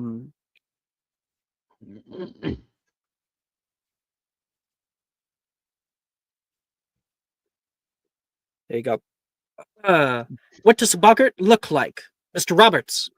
They have no known true form. Well, correct. A boggart has no set size, shape, or true physicality, meaning that anything you see come out of that wardrobe cannot hurt you. Well, it can't hurt you in the short term. But if things get bad, I will intervene. It takes time for a boggart to properly connect with its prey until the line between reality and what is merely fiction becomes thin. You're going to make us fight one, Billy says, a little worried. No. I'm going to make you confront that which you fear. For a boggart shapeshifts into the thing you fear most. Now, worry not, students. A simple spell can turn even the scariest of boggarts into the silliest of tricks. Anyone know its name? Hand. I'm not giving you the D6 again. In fact, Okay. she's probably not going to call upon you again. I'll try. And Sure, yeah. This is going to be another. This is going to be a history magic check. Cool, I'm good at that. And then I'll get a 1. Watch. Oh, hey, I got a 20. Take not that 20. It's a 20 with bonuses. So I got a nat 20. Speaking there of you go. 20s. 2020. I had a I could've- nat 20 once. It's I been, lost I- it's It was been that 800 years. So I lost something once. Yeah. It has low key been a while since I've got a nat 20, but it's Well, fine. congratulations. Thank you. I did get a nat 20 and nat 1 in the same class. Incredible. Wait, you got I nat know. 20? Yes. Okay, so normally, what's funny is that normally the it goes to the person who put their hand up, but it's nat 20, so it goes to you. That supersedes. Yay. It's like a full house and a royal flush, you know. Anyone know its name? Miss Henderson. Ridiculous. Ridiculous, precisely. Everyone, please make a line, and we will begin. She goes toward the back and starts fiddling with a giant, like, gramophone in the back, and quickly everybody starts to get into a line. If I could just real quick, before we do that, I'd like Silas to kind of go up to Billy, kind of pat her back, like, you got this, Billy, don't worry. We're all gonna face our, scariest things that we fear, but don't worry, you got this. I She has believe a in you. 1,000-yard stare. Like she barely heard what you said. Just pats her back a couple more times, then goes to the back of the line. Super reassuring. Like, Silence. really try. He's trying. The Silas, We're all do you gonna see- face our deepest, darkest fears. I mean, if she wants him to go, like, he'll go. He'll ask if she wants him to go in front of her. I mean, she would definitely say yes. Did Yeah, you say then- you're trying to go to the back of the line? well, I originally was, but I mean, if she wants him to go in the front, I mean, We he'll kind of what we're doing is we are deciding if we're in the front, middle, or back. If you're in the back, you can be near the back. If you want to be in the very back, you're gonna have to fight for it. So where do you want to be? I'll go in front of wherever Billy's at then. So All right, in the middle. cool. You're in the middle. Others? Where are we positioning ourselves? Lance will go like between the middle and the front. All right. So in front of Silas. Thea, I just have a question. Do you try to find a place, or do you do the thing where, like, you don't move? She's gonna try to move to the back, but she Okay. is kind of at a disadvantage here. Okay. You'll go near the back. You got it. Laurent? I'm going all the way to the front. Oh, damn. Okay. Wasn't expecting that. Shit. Huh. All right.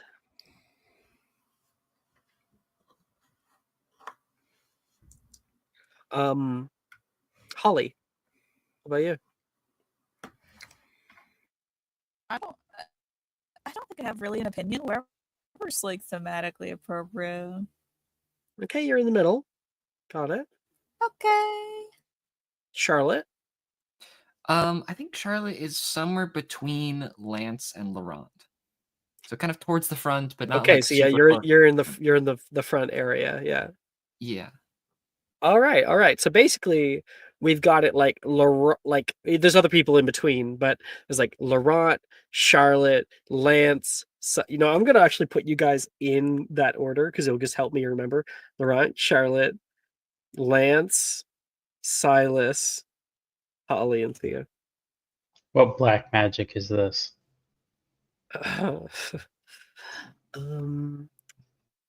Okay. How dare Ito take my girlfriend's spot? Hey, Ito's baby girl. Hope you enjoy it up there, Okay. Ito. Tactfully decides not to see anything. I was eating. As long as he buys me delivery, it's okay. Oh hell yeah. Sweet. I didn't know this would be so easy. Okay, so I'm gonna go through the names and what we'd like to do, because there's a lot of them, and I have one for everybody. Is you're going to tell me if you give a fuck about this character, and I'll make sure to include them. There are some I might include on my own, for various reasons, but I'm gonna ask. So we're gonna go down. If you care, just go, yep, and we'll keep going. Macy. Morgan. Yep. Okay. Really? I want everyone to know so they can bully him with it later. Damn, okay. Rin. Delilah. Nolan's obvious, I'm putting him on there. Wilfred, I'm putting him on there. Juniper. Saoirse. Yes. Oh, Juniper. Okay. Mhm. Saoirse. Brett. Which I'm gonna add Yes. him just for context. Yeah, just sort of, yeah. Janice. Yes. Reese. Oh, okay, Janice. I give so many fucks about Reese. Yeah. Billy. Mhm. Okay. Drusilla. I didn't. Sorry, I was Yeah. trying to say yeah. I realized I was muted. Okay. Drusilla. I was Yeah. surprised. I was like, okay. Definitely Drusilla. All right. Taylor. Yup. Yeah. Ernesia. Gemma. Yes. Okay. Levi. Nate. Darcy. Yeah. Logan. Sam. Sally. Yes. And Sally. Okay. And Sadie. Also yes. Okay. Sweet. I only now realize that earlier when I said Hufflepuff table to you, Charlotte, you're a Gryffindor. It's because the Yes. fucking yellow in your picture I know is throwing me off. misleading, but Yeah. yellow is your color, and I'm not changing it. Uh-huh. Okay. That's funny. It's a majority of the class. All right. So. Oh, I have some music to send you guys. I highly recommend right-clicking and looping it when you get it open. This is it's only like 3 minutes long, but it's a vibe. Hot licorice. That's right. Yeah, when this comes on at the club, it's bumping. Oh yeah. Fuck yeah. So in the back, she like sets the record on. All right, everybody. You'll be coming up and you will have 30 seconds each. When you see your assailant, be sure to cast out ridiculous with your wand like so. Are we all ready? There's not much, people call back. Mr. Laurent! Wonderful, wonderful. Step right up. You know what? This might be one of the first years I've actually had a Slytherin be the first one up here. There's a few people who chuckle. Well, it's okay. I'm pretty sure I'm not afraid of anything, so I should be fine. He'll just step up. Oh, yeah? She says, raising an eyebrow. And then she will pull out her wand and go, well, then here we go! She flicks her wand toward flicks her wand toward the wardrobe, and the latch unlatches. The door slightly opens. And then the door flings open the whole way. You see like a dark mist from the inside. And Laurent, you feel something. Something like deep down into your chest. You feel something sapping the energy from the room, as if the entire room is becoming darker by contrast. And you can see these like long tendrils. No one else sees this part, but Laurent, you can see these like tendrils of black ichor that are wrapping around the outside of the wardrobe, pulling its large mass out of the entrance, and you can see it gurgles with multiple eyes set in different parts of its body. You can see one major maw that kind of regurgitates a bit of fluid with rows of spiky teeth, like a parasite. Yeah, I'm gonna guess ridiculous at it. You don't. That's not it. That's not gonna. It hasn't done it yet. It hasn't done. It's not. It's not ready. Only Laurent sees this. Congratulations, Laurent. You see the true form of the boggart. Who says being dead doesn't have its benefits? And then you begin to watch as its form warps and takes on a new shape, and you feel this weird connection be made with it. It kind of floats off toward you. Everyone else can see this like kind of whipping mass in the air, hovering by Laurent, as if it's thinking, as if it's smelling him, taking him in, and then decides, yeah, I can eat this one. And it forms way up into the air, way up higher than him. And you all watch rocks begin to displace from the ceiling, falling down from around. There is distant yelling and screaming, and the entire room seems to shake. Laurent, you are suddenly pulled into it, connected with this creature beyond your will. You are brought into the illusion, and you somewhat believe in it, as much as it can never be real. You look up and can see a huge stone appear, like a ginormous boulder, 4 times the size of you, and begins to careen down toward you. You may attempt ridiculous. Thank you. This shit must be so rough for the people that watch this happen the first time. Oh, right? Uh-huh.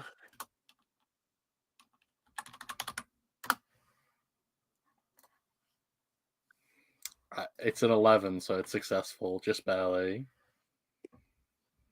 All right. So, you like, Laurent, tell us how you feel in this moment before you cast. I feel like he's like completely repressed this memory previously, so like it all keeps like coming back to him, and he Like kind of PTSD flashes. Yeah, like he like freezes up for a moment, and then he like kind of snaps out of it and goes, "Wait a minute, this can't be happening to me. And he like kind of like shakes his head around and points his wand up and casts Ridiculous. And there is a little flash of light. And Laurent, what happens to your giant rock? It instead turns into a parachute that just falls down harmlessly over him. You can see like little tiny other like little parachutes. All the little rocks, the other rocks that were falling are also coming down. Oh, Ryan's here now. Keeps happening. I need to redo this, don't I? Wait, it was Laurent, Charlotte. I was after Charlotte You're before after Silas, Charlotte. I think. Yeah. Yeah, wonderful. And they have like little presents that are coming down with it. You're able to pull the sheet off, and in your hands, it almost feels like you're holding mist. And you release it, and it starts to slink back into the center of the room. It blows itself up into like a little hot air balloon there in the middle of the room. Yes, that's what we're talking about, Mr. Lafayette. Very good, very good. Let's give him a round of applause, shall we? Everybody gives him a big round of applause. He does not look happy at all, by the way. He's like, I shouldn't have done that. Does he ever? Question mark. He has like a smug affect occasionally, you know, like that's the happiest he gets. But he looks like a little bit shell shocked. He's like got like his hands on his knees, and he's like breathing heavily. Theo would say he usually has an aura of arrogance. Sounds about right. A smug self-satisfaction. But I Yeah, think one that only a after twin few could moments, possess. exactly. After a few moments, he's just gonna start like stumbling towards the back of the classroom. Very good, very good. Miss Sadie, you're up.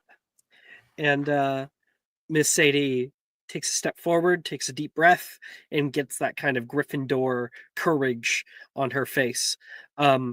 She looks back toward Charlotte, like a little nod, and you can see the balloon warp into a ginormous spider.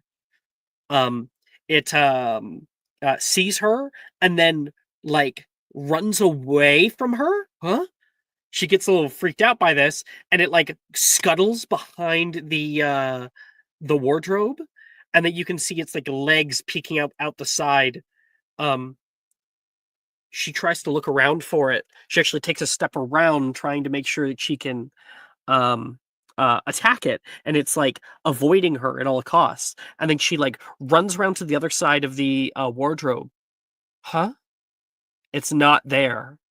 And then from above, you can see out of the darkness of the ceiling, the spider has appeared and is crawling down from above her for a sneak attack. Come on, Sadie, above you! Professor Rojas yells. And Sadie looks up. Ridiculous! She casts up, and there is that flash again, and the spider flies down toward the ground, smashing onto the ground and exploding into a pile of soap suds, like rainbow soap suds. Woo! She starts kind of cheering out. Other Gryffindors are calling out for her too. Yeah, hell yeah, Sadie. Hey, a few other people go, and then Sadie walks over.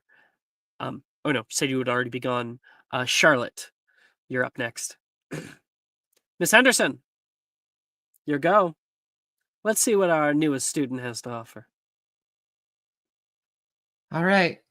And she'll kind of like she'll walk like I think she'll get pretty close to the wardrobe. Closer than maybe like a couple other people have been, but not like 5 steps away, I think. Ready her wand. 1 second.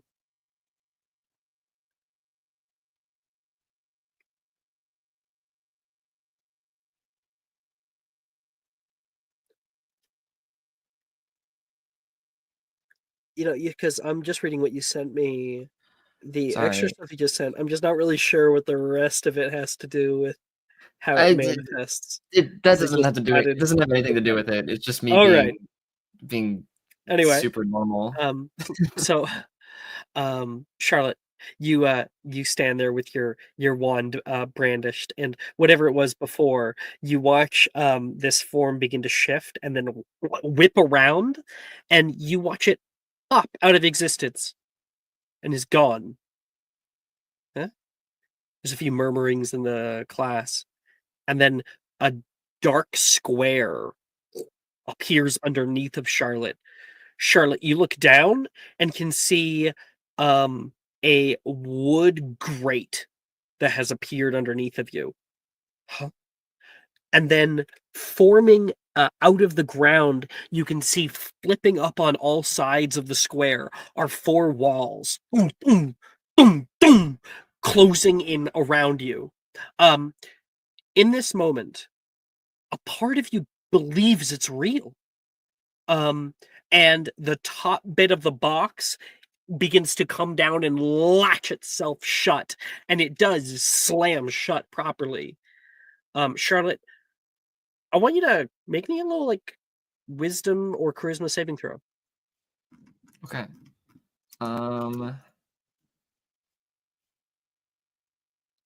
Cool. Wisdom. Actually, I'm gonna do charisma because it's lower and I think it's funny. That's a 7. Oh, so from inside the box, we can hear like a muted scream, and sounds of panic. What would you be yelling, Charlotte?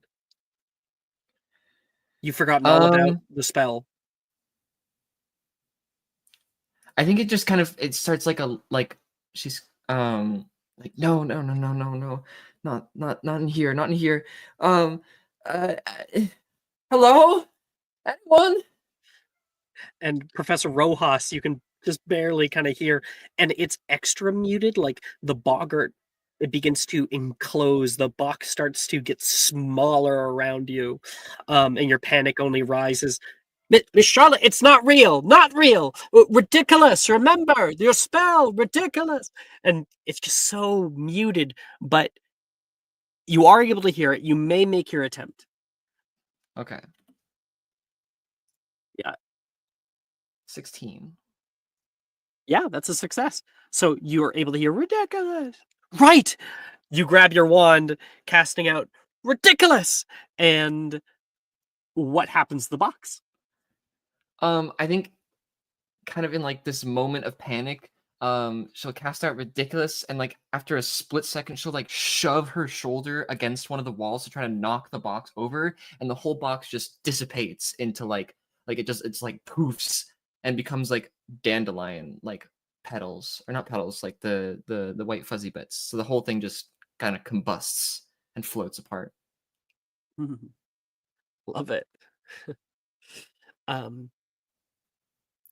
I think like there's a little bit of a cheers and clapping for you, especially from the Gryffindors, and you make your way back. I think There's a few Charlotte, other as she's people. walking back, she's kind of like staring at the ground, like breathing heavily, not really trying not to look at anyone in the line as she walks back. Very shaken. Behind you, Juniper heads up. Okay. Her greatest fear that we see is a swarm of ladybugs. Let's see if she's able to do it. That is barely a success. She's able to turn it into one giant ladybug like rideable kids attraction. You know, the kinds where you put like a coin in the slot and it moves. Oh. And then after her, Morgan, his time to go up. All right, move aside. Watch the master at work. We watch the boggart itself warp into something long, something that like coils around the classroom right in front of him. Morgan starts to get more and more visibly uncomfortable, and then you can hear a hiss as the face of a huge boa constrictor appears. Anyone who is pureblood may make me a history of magic check.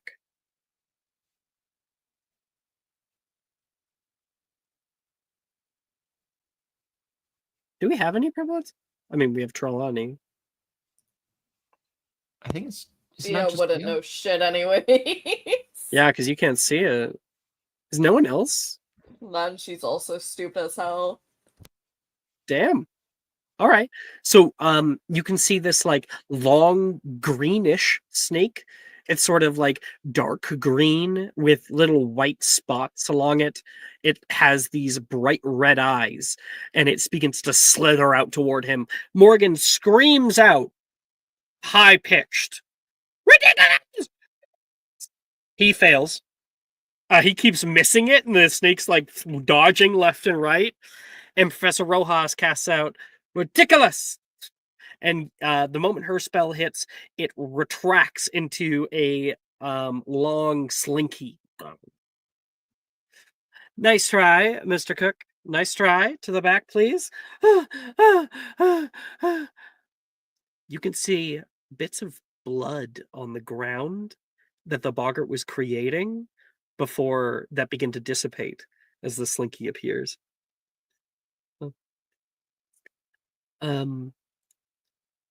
After that, Lance. Yes. There's no one in front of you in line. It's your turn. Mr. Robards. Come on. Step up, step up. Walk up closer than Charlotte did.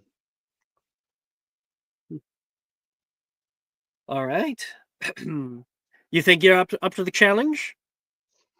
We'll find out. The slinky itself begins to fade off into like almost a mist. And that mist begins to appear from all around you. It culminates 360 degrees, making it difficult for you to see anything. You can hear Professor Rojas say, "All right, who's next?" What? Like, you're like, "What do you mean? I haven't even done my thing." And you look around, you can't see anybody. They're just kind of like silhouettes for a second. And then coming up next to you, you can see Silas appear. He steps up kind of right to the plate and looks at you. Dude, can't you see you're in my spot? Silas says back to you. What do you mean? I don't have time. What's your name? He just kind of looks aghast. No words are coming out. I don't have time for little people. Excuse me. Huh?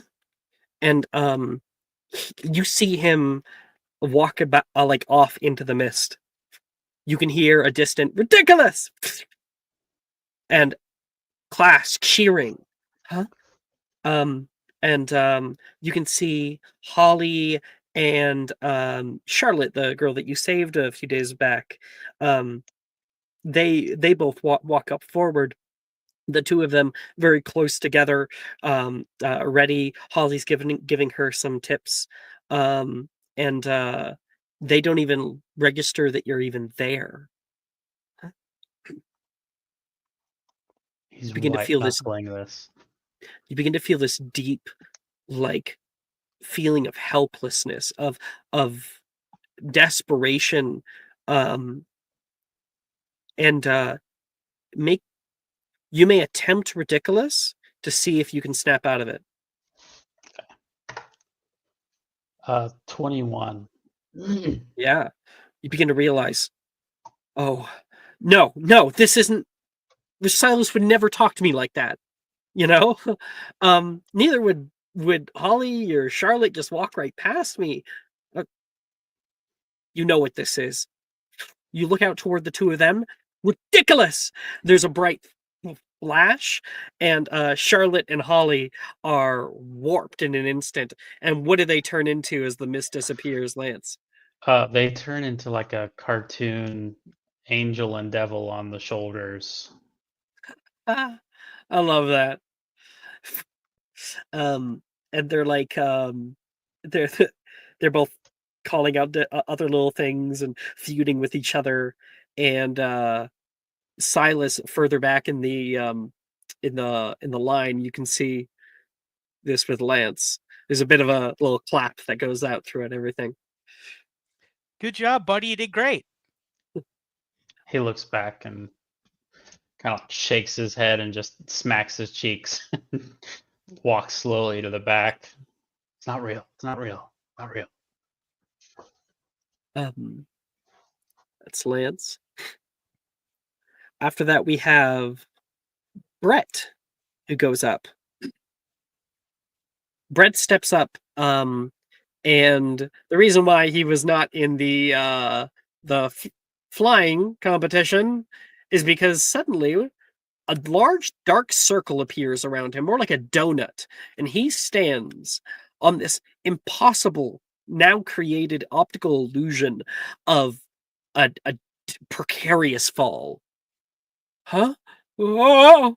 It's not real, Mr. James. Come on. And Brett seemingly can't even hear her. He begins to have a panic attack up there, heights, and Professor Rojas, ridiculous, and the big hole in the ground rolls itself up like a rug, and hops up and begins doing a little dance. Oh, thank you, Professor. Thank you. Don't mention it. To the back. He keeps going. After that, it is Wilfred and Nolan are close at hand to each other. Nolan's like, you want to go first, or you were talking about how fearless you are if you want to. Fine, scaredy cat. Nolan heads up. He steps up, and whatever was there prior, that rug begins to fade, and there is this odd, like, sparkle in the air, and you can see it form into this odd little sea of stars. And there is a distant noise, something that echoes. Beep. Beep. This little beeping sound. It's constant. You can see Nolan begin to shake. Nolan? Are you there? Please don't leave me be. I don't want to do this alone. You can hear echo from the other side. Nolan, I'm scared. Nolan is going to see if he can do it. Nolan is stunned. Mom, I'm here. I'm here, he says. And Rojas goes, no. Ridiculous. And that sea of stars turns into tiny little fireworks that fly off and explode. And Nolan is snapped out of the charm effect. Huh? He's a little taken aback. It's okay. Mr. Anderson, to the back. You made a good attempt. And he heads off. For some of you, that might have been the first time you ever saw that.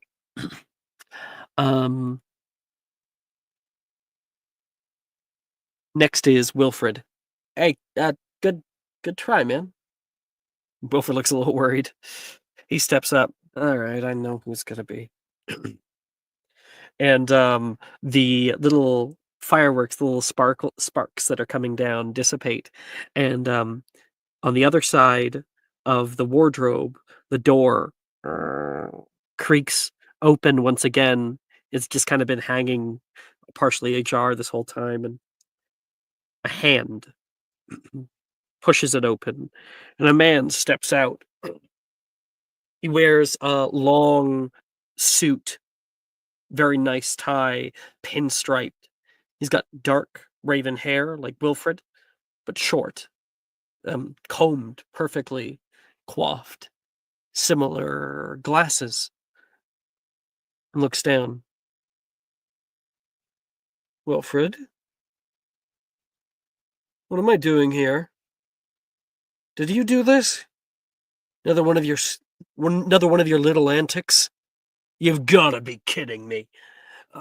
And Wilfred tries to snap out of it. Ridiculous! He casts out. And there is a bright blast toward this man. I guess I can show art of him really quick. He will be maybe showing up later. So there he is. There he is. This is him. Come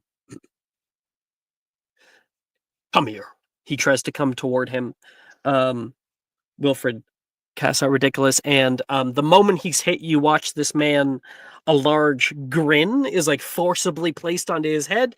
His skin becomes like porcelain and becomes like a doll. His clothing changes to bright colors, and you can see the hat on his head grows three sizes, almost like be a top hat. His head begins to spin and corkscrew off the top. And one of his arms comes up and lifts up the hat, and there's a rabbit that appears underneath of it, and the robes like fly open, and there is little confetti that shoots out from his armpits, and Wilfred can't stop laughing.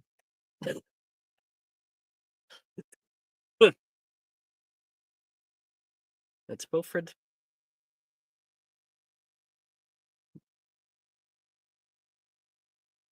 Next up is Billy. Billy looks back toward you, Silas. Oh no, it's you. Yeah, you I in went front of first. her. Yeah, I went first. Yeah. Wonderful. Then 1 second.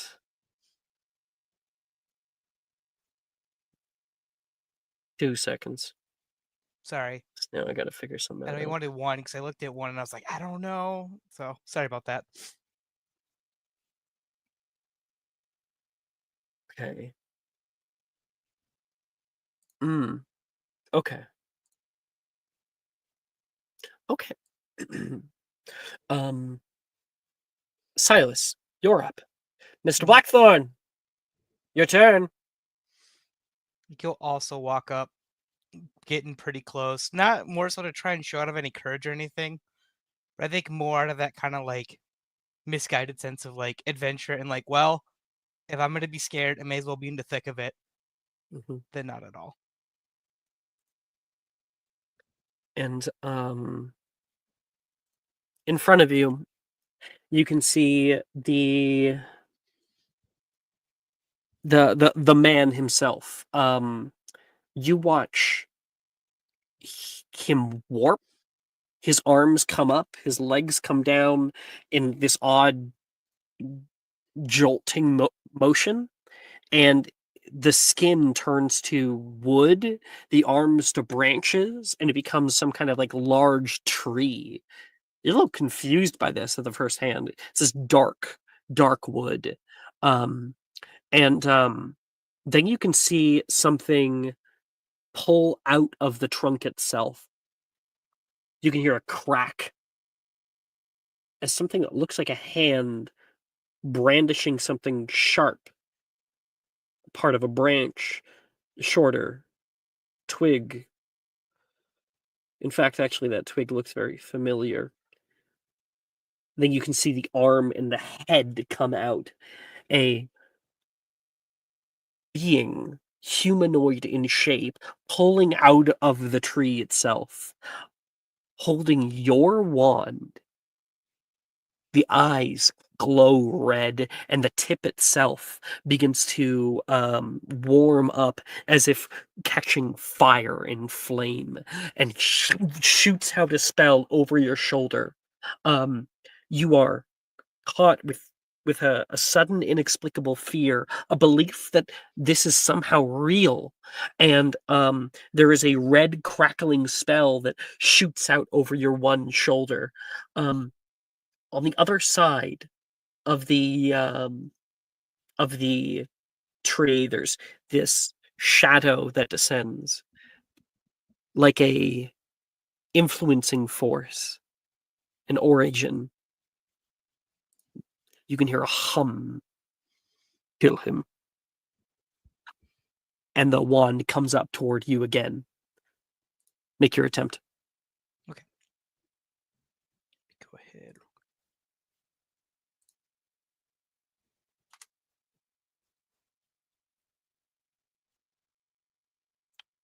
Why is it not? It did not. Why is it saying Reducio? That's not. That's the first 3 letters. You have to, or ID. Yeah. Okay. RID. Okay. Sorry, guys.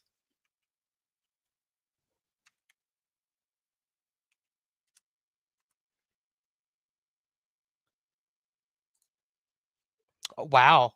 I got a 5. That's interesting. You are caught like a deer in the headlights. Every single part of you is urging you to run, to get the hell out of here. But you can't move. You even your grip on your wand, you look down at your wand and you can see it is starting to grow out of control. Like it is wrapping around your hand. You can almost in a illusory sense, feel barbs beginning to try to burrow themselves into you. But it's not like a actual pain. It's Right. just like this freak out. I think And I'm not quite done. I'm You sorry. look at that, and then you look up and you realize what kind of tree that is. It's a blackthorn tree. The same one that you had in your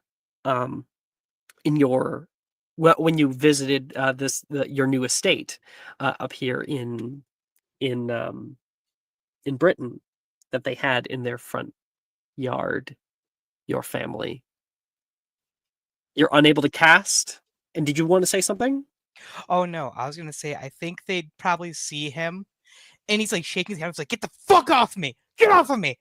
And you see him like really he's probably even trying to like grasp at it. He's obviously not, Professor Rojas, very, very concerned, will kind of step forward, and she pushes you back, and will whip out her wand and cast out Ridiculous. That thing gets blown back and becomes one of those cartoon trees with faces that sing songs and children's tales. Are you all right?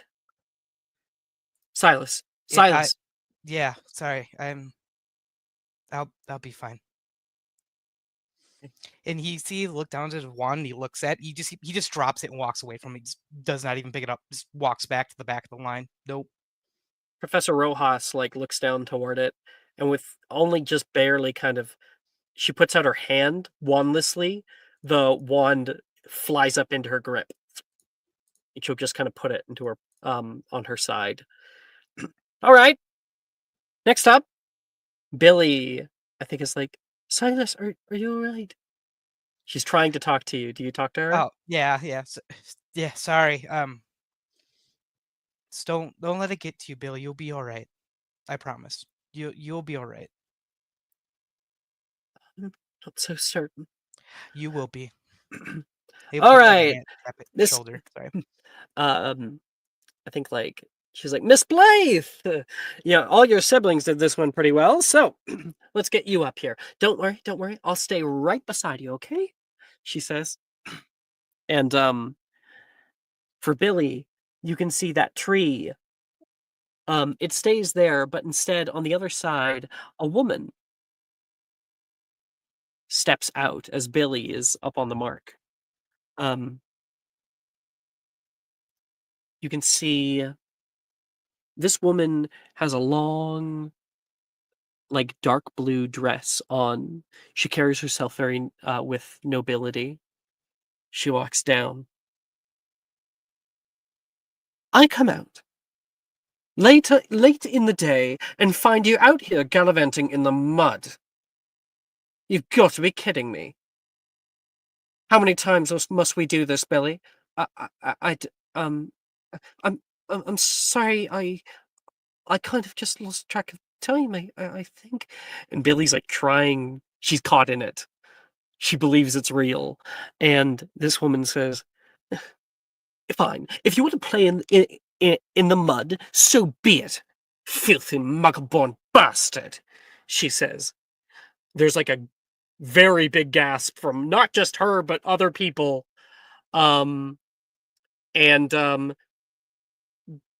Rojas looking down at Billy begins to cry, and Rojas like says, "Come on, Billy. Come on, you're gonna take that? Huh? What?" She looks up. "Professor, what are you doing here?" "Ridiculous!" "Oh,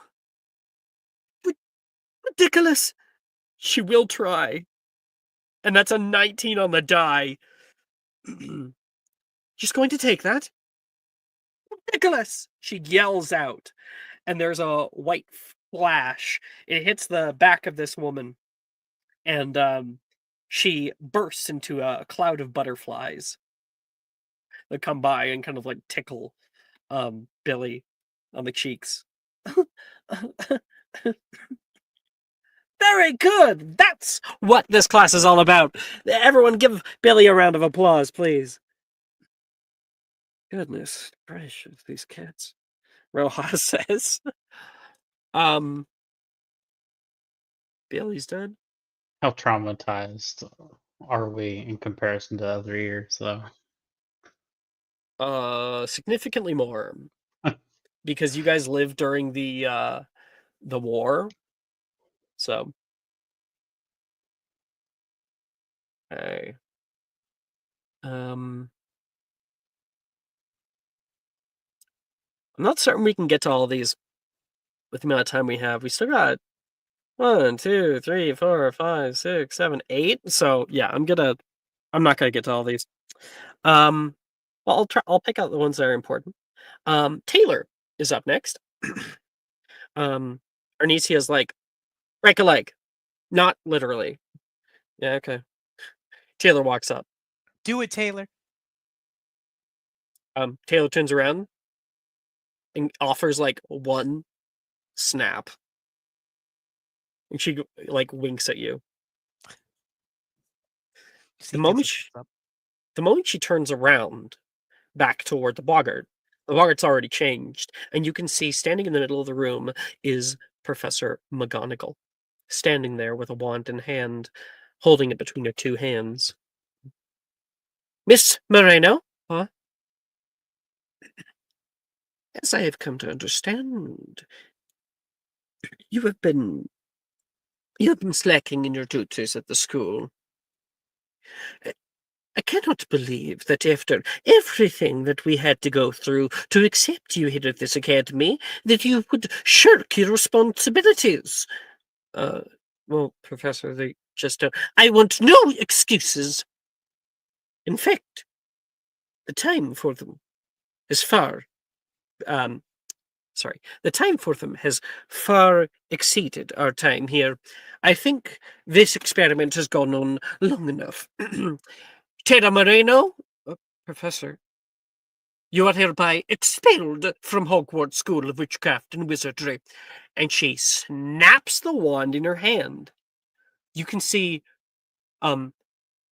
Taylor offer that same gasp that you heard in Mugglesay's class, and her hand reaches out like, oh no, toward her. And I'm going to attempt to see if she realizes that's a 17. So she puts out her hand for her own wand that just got snapped and then realizes her wand is in her hand.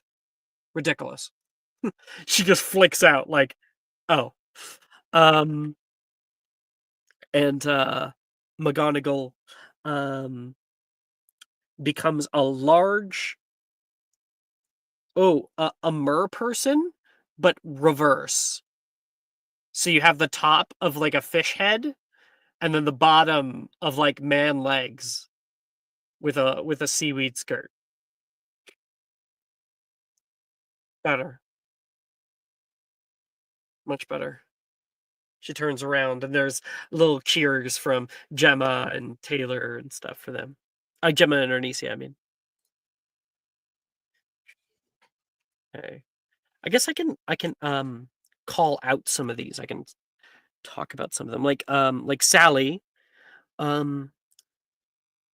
Sally, when she goes up, hers is sorry. I need to make sure I got this right. Hers is her parents telling her how much they expect greatness from her, and like how much they believe in her, and they get really, really intense with it, and she begins to have a little panic attack. We'll see if she's able to get it. She was not. Professor Rojas has to intervene. Drusilla's is a odd creature. It flutters through dark, that like culminates from all around. It descends from below like a long cloak, and a hand with extra long fingernails comes out toward her, and she casts out Ridiculous, dispelling it. That's Drusilla.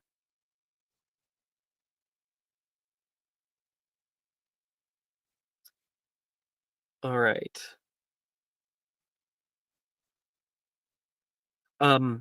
Darcy, she's up.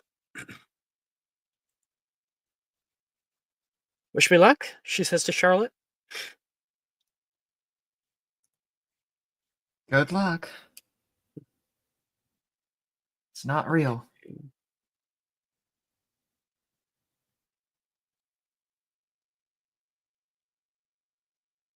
One second.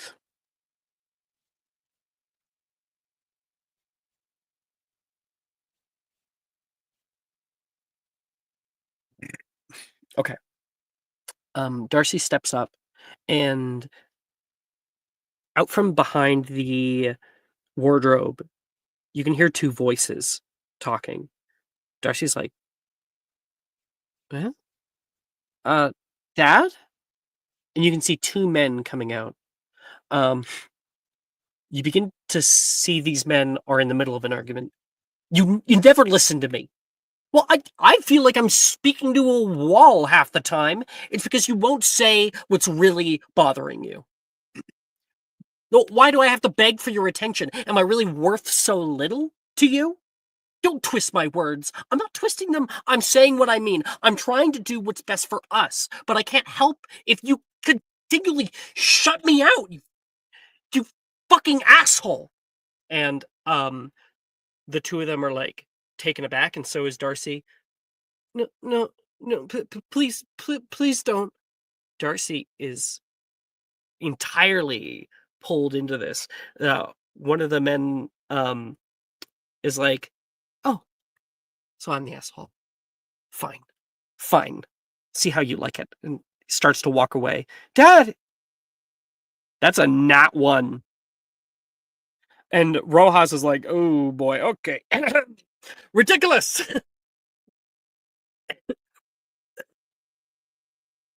and the two of them become like little sock puppets that start like singing songs together. Darcy's taken out of it and then looks incredibly embarrassed. Go, Miss Collins, to the back, please. Yeah, sure. Ooh.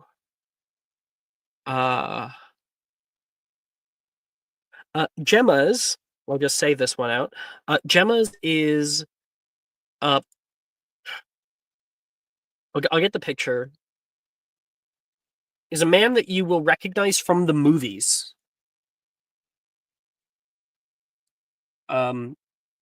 For if either one of our newer players or somebody who has never seen this before can name who this character is. What the fuck just happened?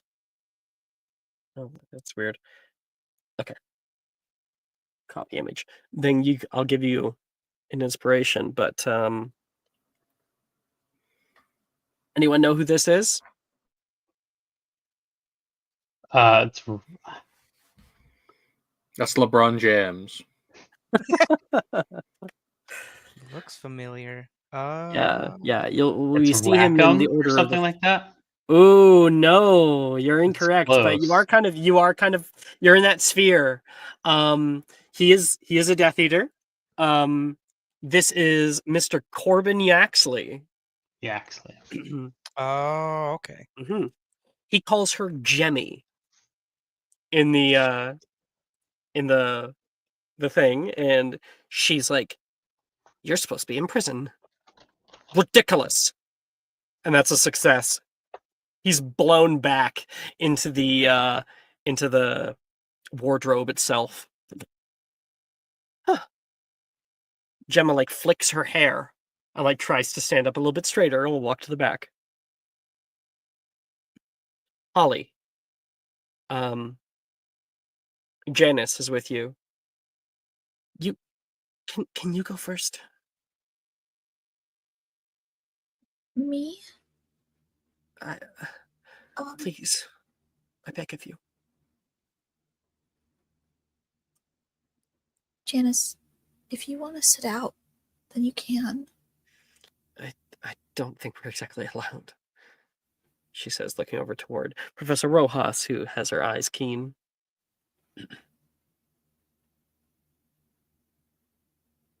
Okay, I'll go before you, but just so you know, they can't make you do anything that you don't want to do.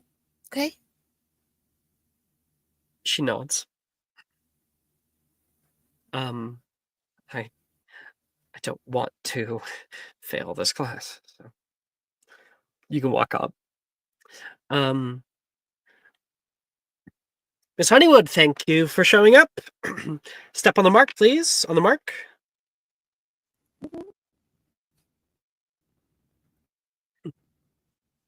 Ollie, the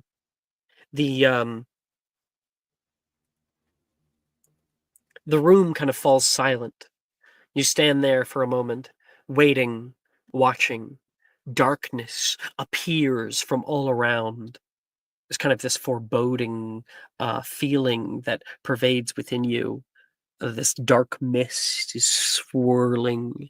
You begin to feel a little bit dizzy for a moment, and you try to regain your senses, trying to watch for whatever it turns into, and then the mist disappears. Nothing. You look around, and you can see Professor Rojas and everyone else are just watching you.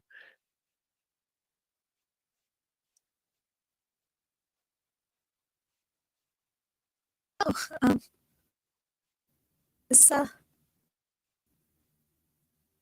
this thing just done? Do they get tired?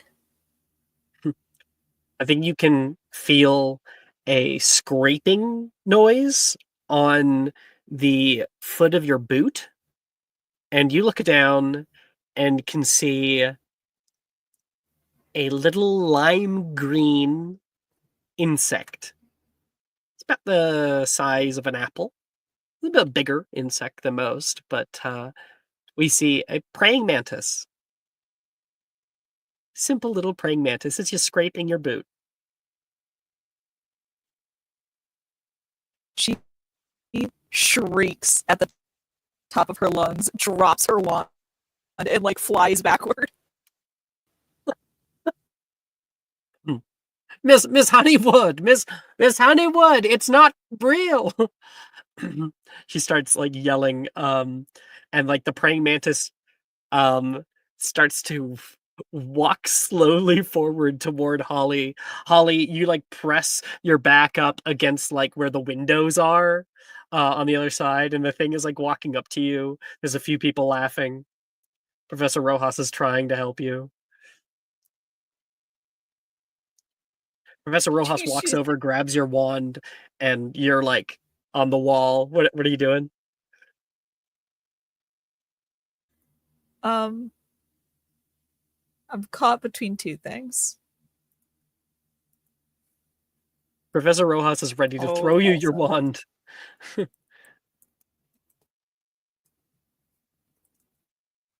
Okay, 1 second, guys.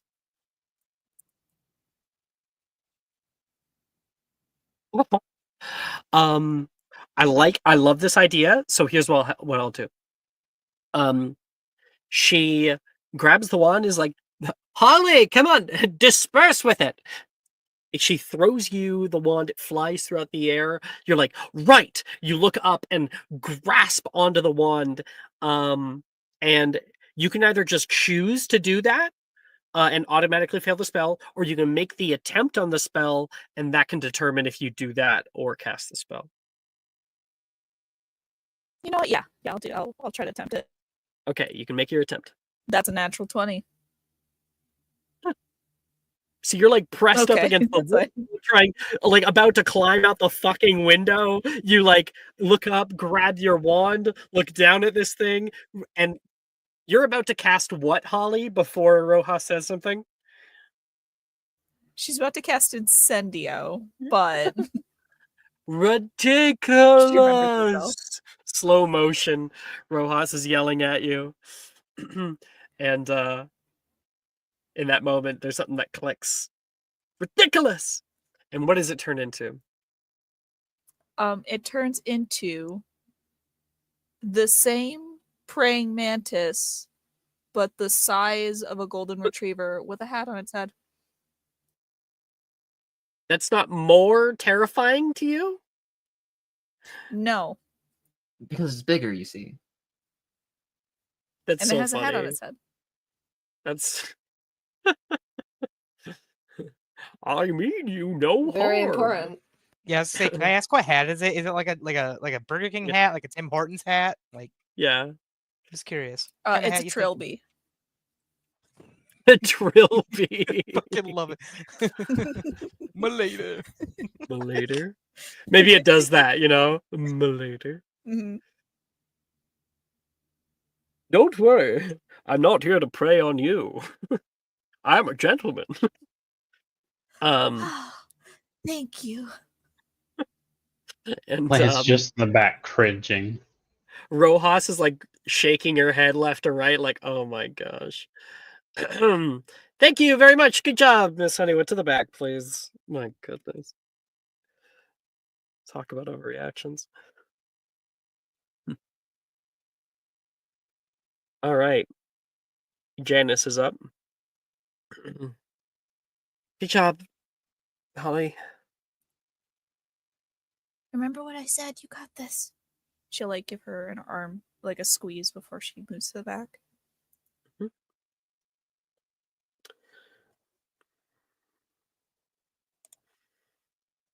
I'll get something ready 1 second. Okay. So,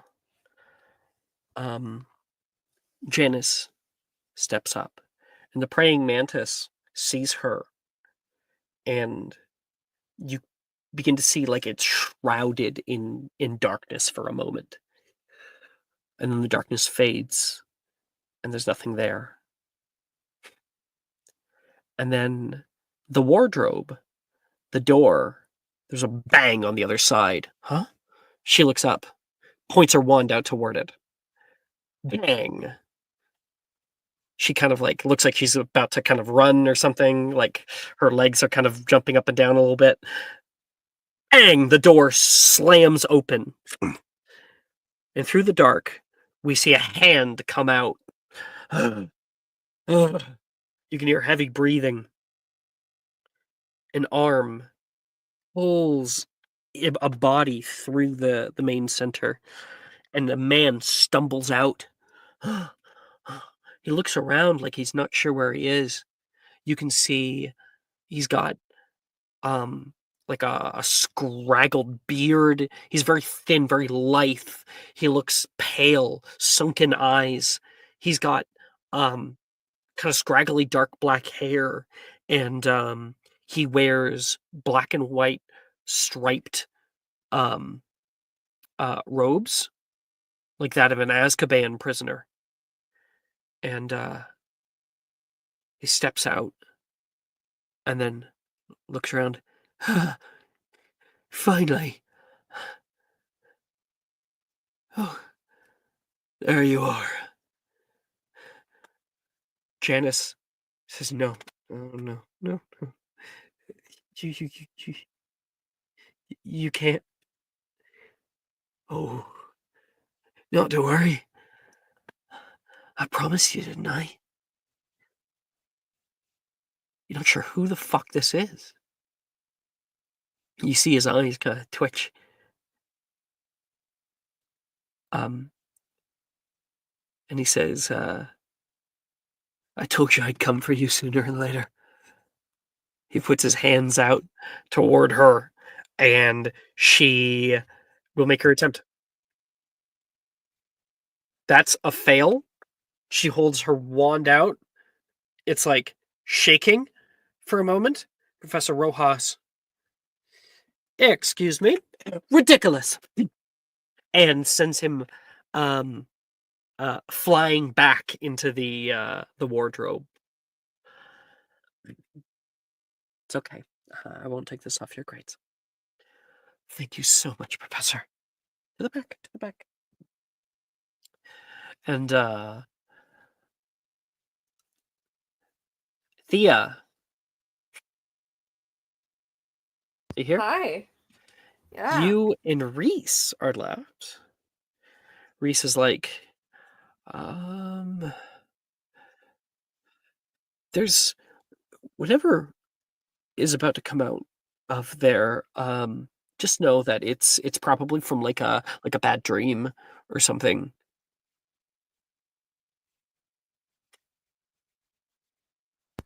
Are you alright? He's shaking.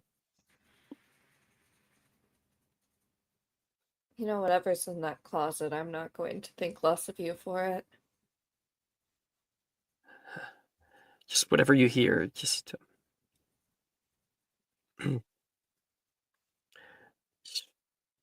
okay. Okay. She'll take his hand and squeeze it.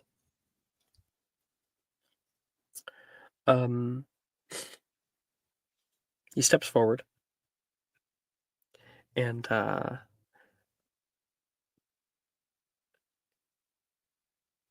Actually, I have a question about this. Alex, I'm so sorry to stop you suddenly. I was debating asking it, and then I was like, no, and then yes, yeah, go ahead, ask, and I kept going back and forth. What's up? Sorry, I'm gonna message in my head. Okay.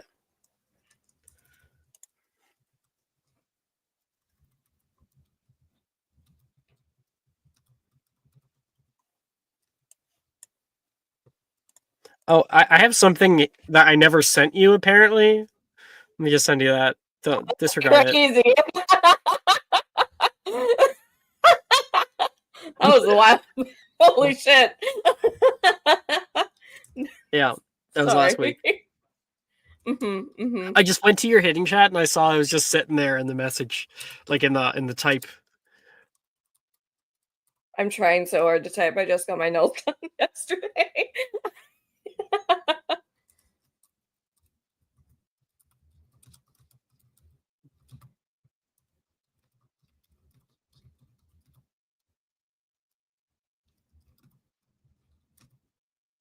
Bye, Ito.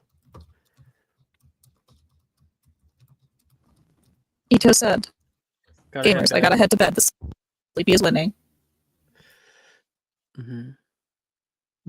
He sent it and immediately clicked buy. Ooh. Mm-hmm, mm-hmm.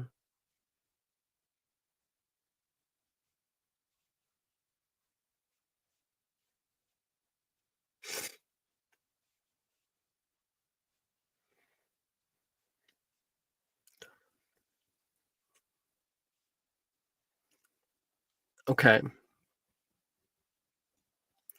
Mhm. Mhm.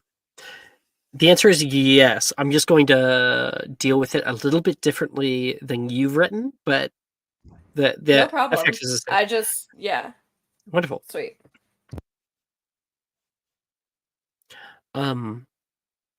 So Reese comes up to the plate. Whenever you're ready, Mr. Reese. And he stands there. All right, I'm ready. He seems really, really, really freaked out. And you can, his hands are sweaty. His heart is racing. His hand is clenching around. His other hand is like, his fingernails are gripping into his thigh, and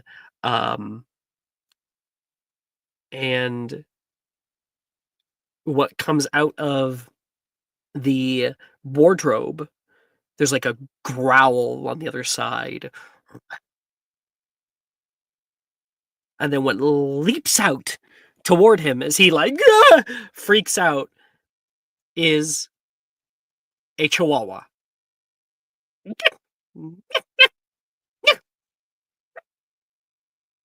And Reese kind of like does get a little frightened just from the jump scare. No, ridiculous, he says down toward it. And that's a 14 on the die. That's enough for Reese in this moment. And he casts My out boy. ridiculous. And that little thing turns into a like teddy bear dog with a little yip. The thing is changed in an instant. You can hear a bunch of people laughing. Even Reese kind of laughs. I always hated those things, he says. And Professor Rojas is like, well, I applaud you, Reese. off with you. And thank you. Miss Trelawney, looks like you're up last. It appears so. Alright. She kind of was smiling to herself before then, but she'll shake that off and step forward. As she steps forward, the environment of the room changes. The color, the temperature, the smell. There is a smell in the air of sterility, but also of something dusty, ashen. You can hear from around you a noise. People coughing from nearby. You can hear weeping, and these sounds begin to swirl around you, Thea. You can hear beeping and the sound of murmurs, people talking in stoic tones. We unfortunately can't be and I'm going to give you 30 shots of CC demo roll. And there is this like kind of slightly cold that comes through you. And Trelawney, Thea, in this moment, you are standing inside a what? To your perception, you are in A hospital waiting room. People going in and out. And there is this like deep, unsettling discomfort, this thing that grows and grows forward, and then a kind of like shifting form that can't fully take the form of anything says, Thea, your mother is ready to see you now.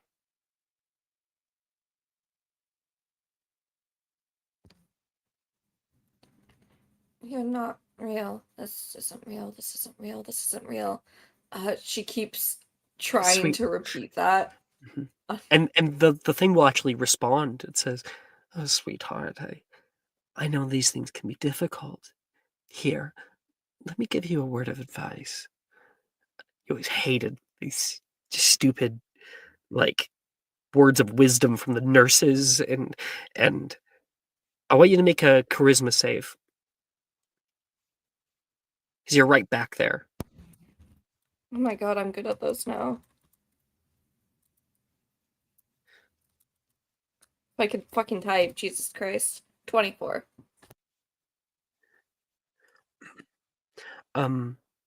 You can feel like the panic setting in, the fear, the desire just to run, just to get out of there, and then it starts to come back to you. Wait, no, like I said, this isn't real. I can do something about this. You can make your attempt.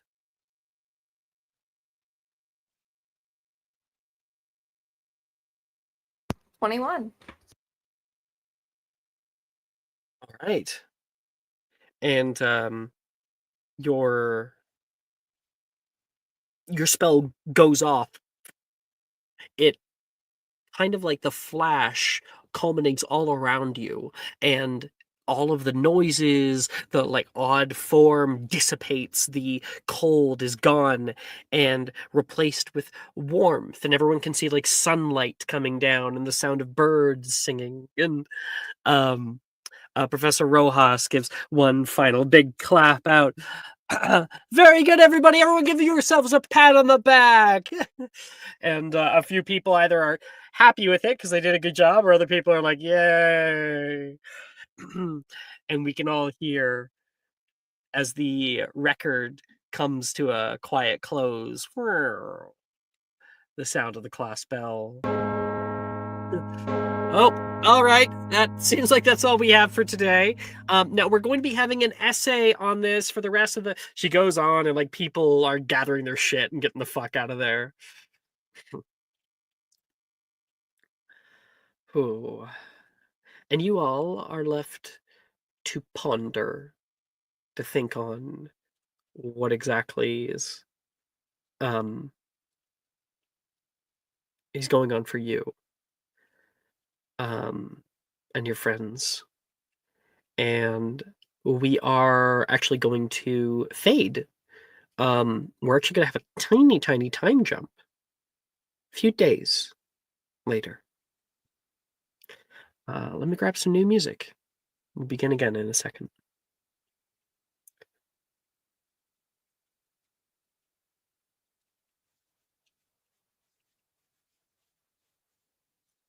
Yeah, I only listened to like a couple loops of that song. To be I feel you. honest. I was just like, oh my god, this hurts. Like, don't get me wrong, great song, but oh my god. Yes, love the song. Great song. Awesome song. I only listened to it like 3 times because I could not keep Now, I if it was put up Dolly with it for Parton, the full you know. time, and I think I would fucking love go Hot crazy. Licorice. That's my song. Thank you, I- Brooke. I Go listened to it the crazy. entire time. I like it. I just it just got repetitive. I'm You're sorry. weak. Yeah. Weak people. Listen, I my listened real to life it the whole constitution is time. probably about an 8, so Imagine if it was just 9 to 9 to 5. Facing the that worst song is fears. on I would've Charlotte's loved playlist. This is That'd be actually a great. wisdom save, Maple. Yeah. That's probably why you I was gonna failed. Yeah, I was gonna ask for that. Because we just did the attempt, Lance right? just There called wasn't you like a fool. save for it or anything. You A weak. fool you are. Yeah, you have low wisdom, Maple. You're a Weak fool. It's a minded. concept to listen to Professor Binns talk for 2 hours straight or however long that class Yeah, but is. that's So you just don't a fall magical effect that puts you physically to sleep. Oh, whatever. Like he talks for maybe 30 minutes or like 30, 45 minutes, but like Feels spiritually 30 it's 2 hours. Yeah. Actually, no. Like, if you look at the schedule, his class is an hour and a half long. Oh, jeez. Oh my god. That isn't I've- endurance. my that is Sorry. half the length of like the college course that I took for biology. That was just once a week. Half the length. All my Yeah. other classes were like 45 minutes. You do that twice a week. That's ridiculous. You know something That's funny, Alex? like, I had a U.S. history teacher in high school who was kind of like Professor Binns. He was like this old white guy with like no hair on top and only on the sides, and he wore these like circle glasses, and his lights were always off in his room, and I could not stay awake in his class. It was ridiculous. On that note, like I know people have heard me say this before, but the guy I like headcanon the casting for Professor Binns, if it ever should have been done, the best casting would be Ben Stein. Which, if you don't know who that is, you do. You do know who that is? It's this guy. Yeah, because he used to have that. What was it? The game show. Ben Stein's Who Wants, like, what was it? Like something millionaire or something like that, right? Who Not wants Who to Wants be to Be know. Millionaire. The other one. It's I a didn't know he $1 did a million game show. Yeah, he had a game show. I remember Wow. that vividly. It always we watched Bueller. it right before Emerald. I just remember him from Ferris Bueller's Day Off. Oh, Bueller. that too. Bueller. Bueller. Yeah. I think he's like, is he still alive? I don't think so. Ben Stein alive? Question mark. Oh, you're thinking of the show Win Ben Stein's Money. Says he's alive. That's exactly. Thank you. I knew it was something like that. It had like his face on the money or whatever it was. Mhm. He is still alive. Oh, how old is he now? 80 something. He lives in Beverly Hills. Something like that. Yeah. Good for him. He was born in 1944, if anyone wants to do that math. Oh, I don't want to do that, man. Yeah, it's about 80. He's exactly 80. Yeah, Yep. about I guess he'd 81. be 81 He'll this be year. 81 this year. Mm-hmm. Because math.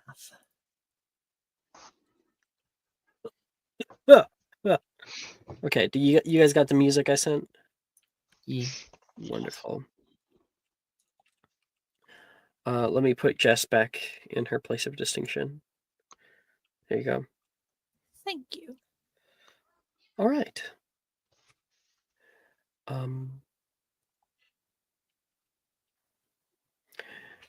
The evening at Hogwarts is alive with anticipation. Clock announces the beginning of Halloween night. And still, for many of you, the memory of your boggart haunts you. Students hustle through the halls, costumes transforming them into werewolves, mermaids, patronuses, and dementors. The smell of cinnamon and pumpkin teases the air, and a distant silhouette of Hogsmeade twinkles through the castle windows. Giggles and chatter echo in the corridors. The excitement is palpable. Amid the bustle, students prepare to head to the awaiting village. But our view will narrow and fade toward Ravenclaw Girls' Dormitory, where our friends are still getting ready. Costumes almost adorned. The thrill of Halloween is as a sweet taste on the tip of your tongue.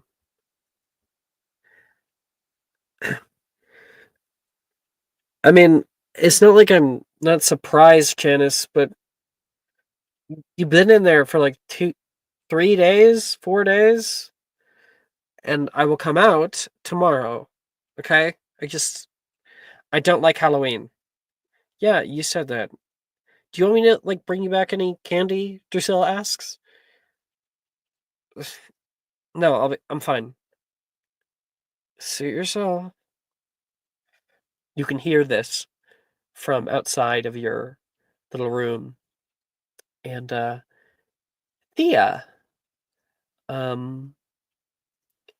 you've got on most of your costume by yourself. What are you doing right now?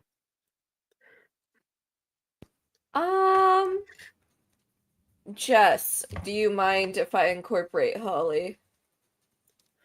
Please feel free to say no. I was gonna joke and say you were going to do that anyway, so go ahead. If you don't want to, I don't have to. Yeah, no, there's only like one thing that I want to do with Holly for this, and as long as it doesn't take me outside the tower, I'm good. Yeah, no, I definitely won't. I think Yay! Thea is sitting at her vanity with Holly having like drug over a seat, getting her makeup done. Are you sure that's the right color? I am positive this is the right color. I am not colorblind, Thea. You aren't gonna make me look like a clown, are you? No, never. Not unless you wanted me to. Maybe next year. I think that could be a really good costume. Did you get Darian to Probably. agree to the other costume? I did. Surprisingly, it didn't take a lot for him to agree. Really? He seems like the type that would be all about favors. No, he didn't. What was that tone for? What tone? Never mind. Just sit still. I'm like almost done with your eyeliner. It's weird. It's so close to the eye. Yeah, but I guess when you're, able to see, it's different than when you're not. Different sensations. You're able to like see it rather than just feel it. Yeah, it just kind of tickles. Mm-hmm. Just try not to blink. It's like almost done. There. Right, she like puts you feel her put her hands on your face and like kind of steady. She like tilts your head from side to side. And good. Even. Thank you for doing this. Of course. I never really was into makeup when I was a kid. No, I guess that makes sense. Neither really was I, but I thought that it was pretty in the magazines, so I started like experimenting. You're lucky that you have me to like have already done all the major mistakes on myself already, so I didn't do that on you. Well, I trust you. You have to have a steady hand for dealing with all those plants, especially the ones that bite. I prefer to call them love taps. Thea is going to like purse her lips and try not to say something mean about plants. Yeah, Holly tries to conceal the band-aids on her arm from all the love taps the venomous tentacle has been giving you. Mm-hmm. Mm-hmm. Constantly Thea, has band finger. Thea, do you want to reveal what your costume is? Yeah. Do you have a Pinterest board? I do. One second. There we go. Open it up.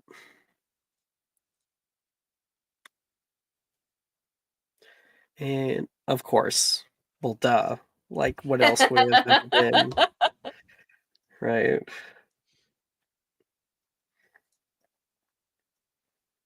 Of course, of course. I'm guessing this one's just vibes. That one's Yeah, just a that's just vibe. vibe. Yeah. Yeah. That's awesome. So cool. Thank you. I watched Tim Burton's Alice in Wonderland at a very impressionable age. I mean, I don't blame you. It's a baller. Mhm. That's why she's gay.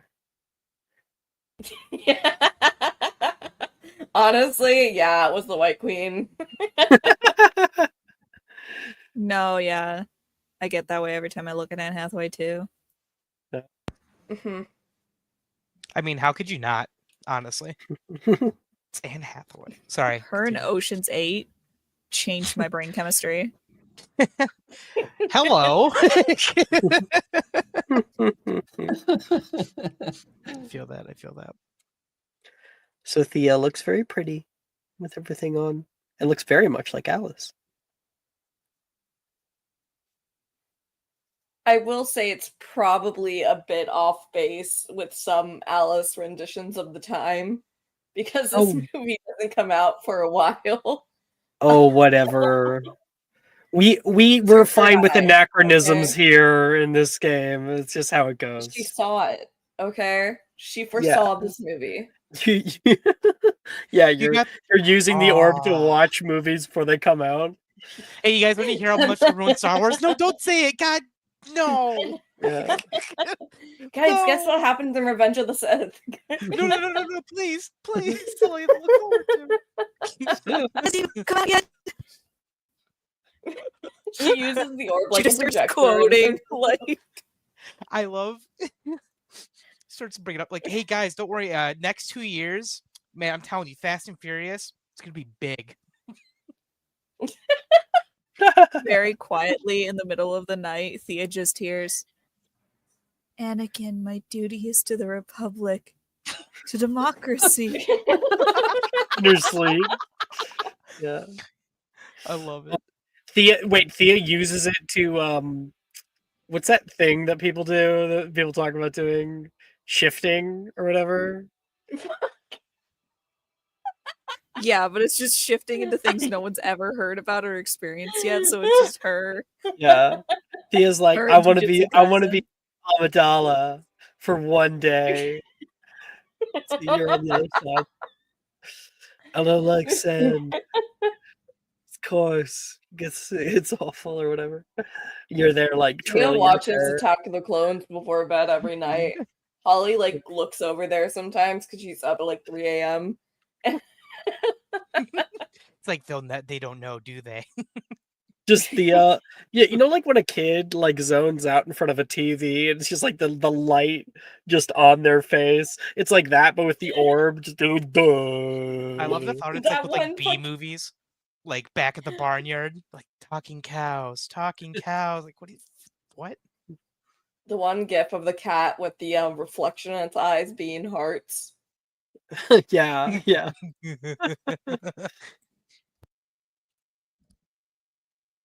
Thea doesn't romance anybody because no man can ever compare. To Anakin She's seen Skywalker. Gojo. Yeah. Oh, she's seen Gojo. Anyway, back to the scene. Is your costume done?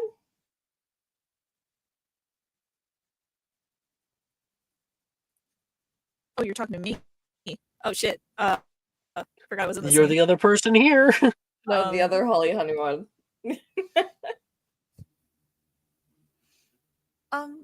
Yes, yeah, I have to just get my laurels on.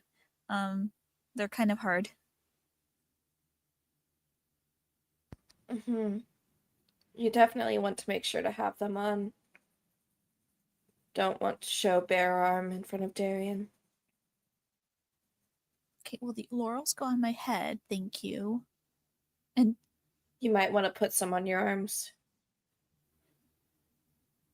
why? Thea's gonna like tilt her head in her direction.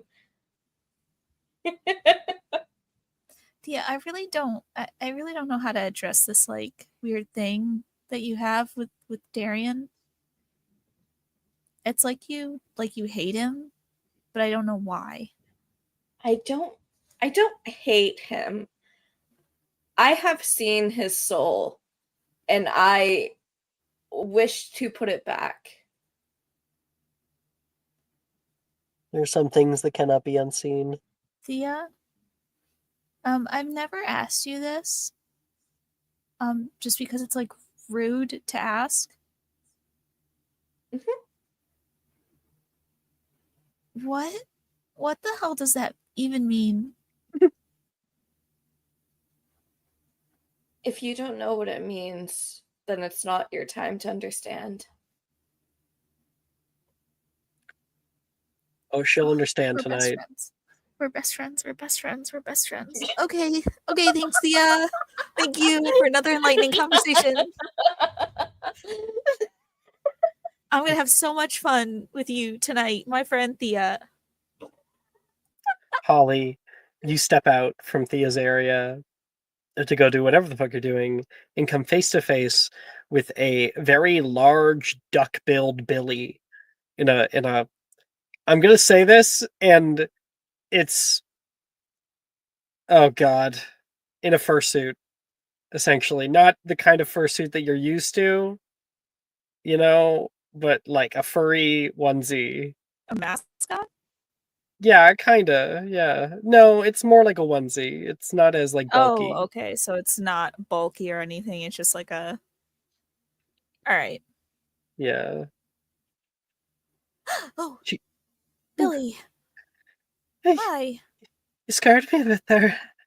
Oh, do you like look my so soft. do you like my niffler? It's a niffler. Yeah, That's so Billy's got a cute. niffler outfit on. She's even got like a pouch. There's some.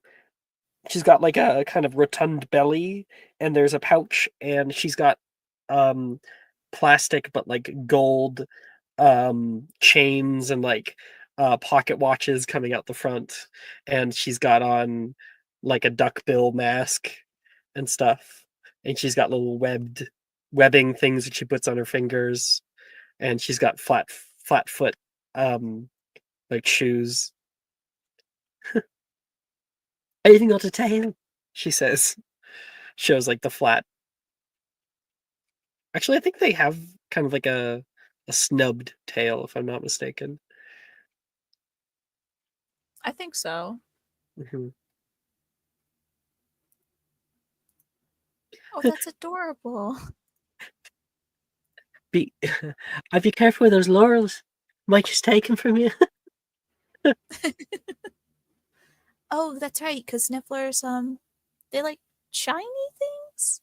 She like kind of nods her head happily. Ancient Creek outfit. Yeah. Are you Helen of Troy? No. Uh, No. Well, no. And I guess I could share mine. Sure. You don't have to right now if you don't want to. Oh, okay. Yeah. This was just a little lead up. So she'll say, "Where are you heading off to?" Oh, well, I have some things to deliver, but then I will be outside with everyone else in the little meetup area before we head off. All right. Happy Halloween. Happy Halloween, Billy. And you head off. What are you doing? First, she's gonna drop off like some books and stuff to Janice, and then she's gonna head to the boy storm, but specifically the 4th year boy storm.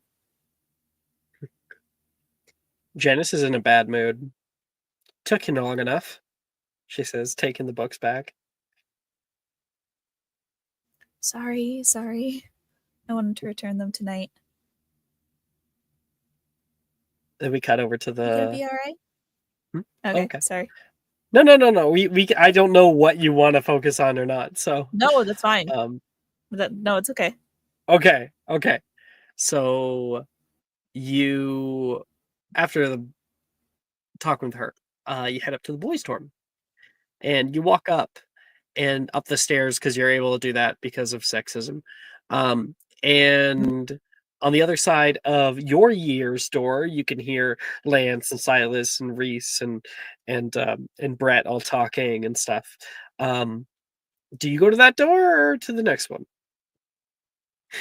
It's the next one, but if you want to use this opportunity to cut to them before going back to me, then absolutely. Well, we'll come back. So Holly, the next door over, you continue up a little bit more of a flight of stairs, and you can hear voices on the other side.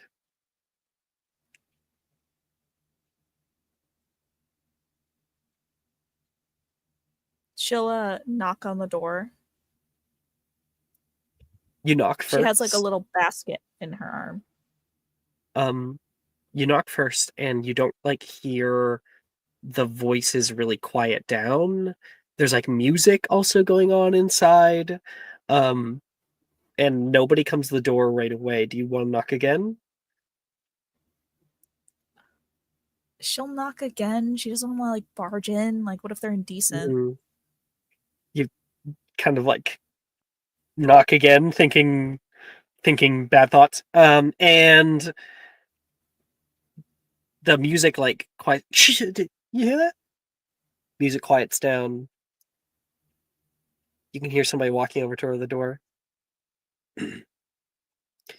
The door clicks open. Oh, well, hello there. You can see Javen stands in the doorway and like leans over the door, looking down toward you. I think it might be on the wrong side. No, Javen, I just came to deliver something. Holly, hey! You hear somebody trip? Into view. It's Colin. Hey, what are you doing here? I just, because you weren't going out, I wanted to here. And she like hands him over like a basket. Oh, no, thank you, Javen. All right. You can hear a few of the guys on the other side like murmuring in the background and laughing at him. Shut up. Okay. This is really nice. He looks inside of it, standing in the doorway with you. It's like chocolate covered like strawberries and like pretzels and stuff. She may have snuck like a few pieces of candy in there, but nothing like too sugary. Oh. Holly, I don't. Oh, these are actually my favorite. Looks up at you. This is so sweet of you. Thank you. Wanted to make sure that you're, even if you're not going to take part in the festivities, you should at least, get something. Yeah. Totally. He seems kind of like, I think, taken aback at you showing up in the first place. You see, he is wearing his pajamas. I just don't really celebrate much. I'm sorry. I totally would if it's just not really my thing, Mm-hmm. Yeah, we know, buddy. Can you stop hogging the damn doorway, please? Darian kind of pushes through. Ooh, pretzels. He's gonna go down, try to grab one, and Darian's gonna like pull it away. Fine, Tucky. All right, Holly, you ready to head out? Mm-hmm. And you can see Darian has on a toga. He has on, his hair is like pulled back into like a half up, half down sort of man bun. He's got the laurels on. He's got his chest partially exposed. He's got like necklaces coming down. And he's got like an armband on one side and arm bracers. Slut. Oh, you actually made him a Pinterest board. No You're- fucking way. Okay, so this is I come different. prepared.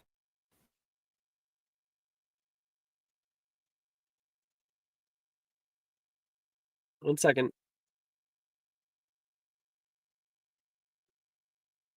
There he is.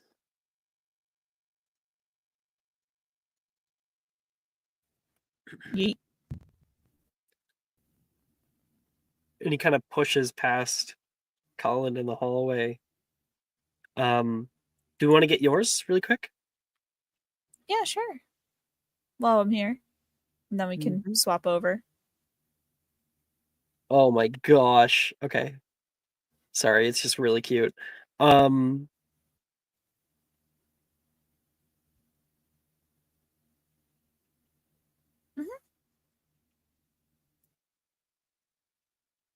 Yeah.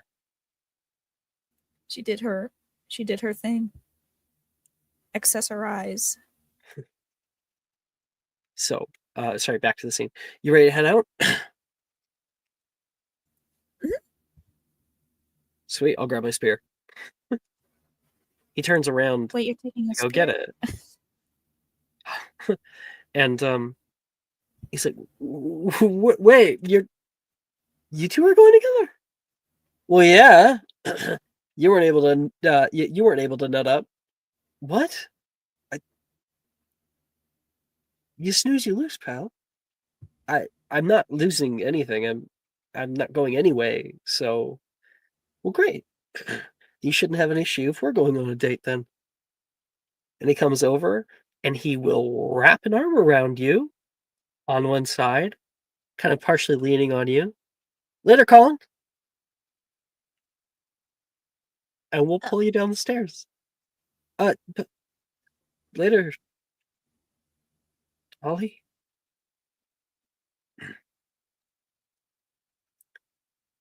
You look great.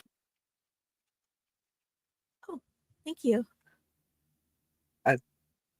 Where'd you get the jewelry? Did you make that? Yeah. I found some of these in the craft store, so I decided to, in my spare time. Well, inspired by some of my work then, huh? I see you wearing the earrings I made you. Oh, yeah. And we'll fade from that.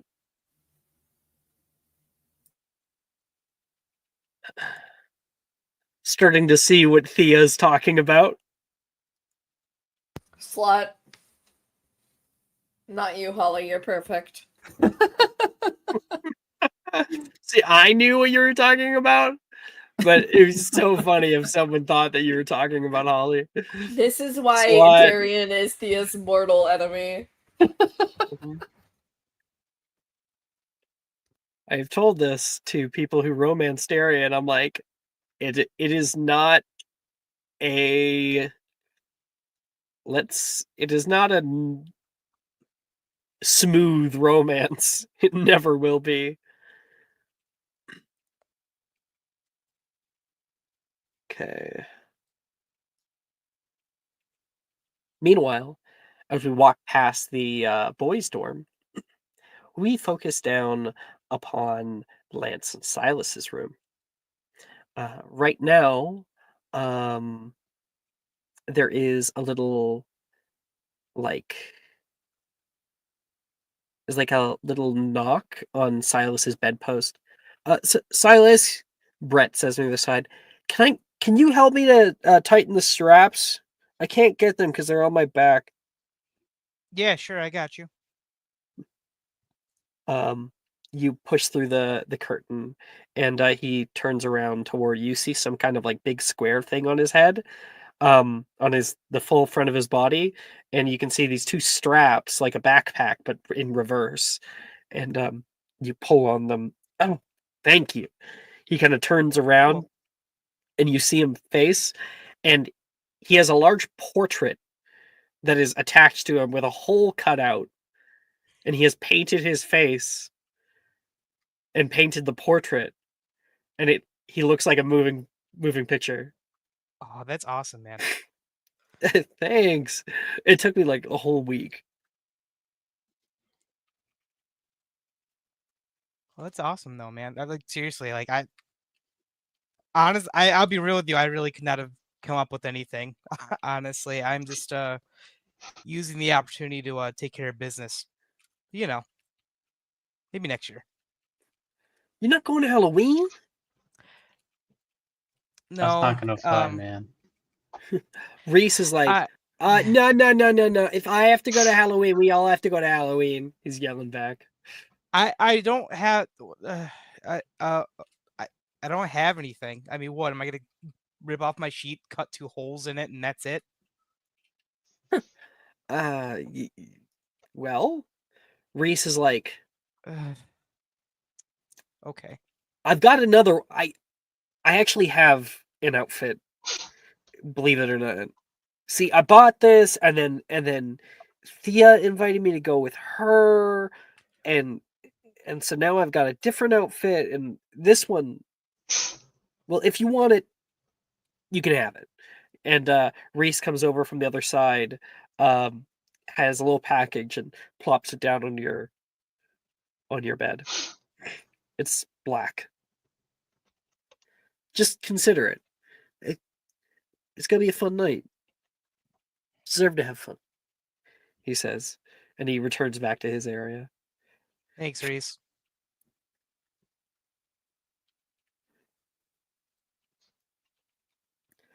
Sorry, go ahead. What do you want to do? Do you want to talk to somebody? Do you want to look at what it is? Yeah, I think he'll look at what it is too. It is a Weasley Wizard Spooks branded outfit. It is a Dementor costume that makes you actually hover, just like a foot off the ground, and billows the cloak. And when you put up the hood, it makes your face completely void. Okay, that's cool. It's like, okay. I don't know if he's do they have Dementors over in North America, or is that more just a European? I'm just Oh thinking yeah, it's been a they're all over. Yeah. Okay. Oh, Yeah, I think and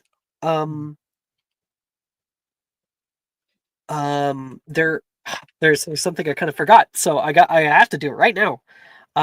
There is a little like hoot and something. I think like as you're looking at this and you pull back into your space alone, considering it, and Brett goes to fix any kind of makeup he has. There is a little hoot and a tap at your window, and you can see a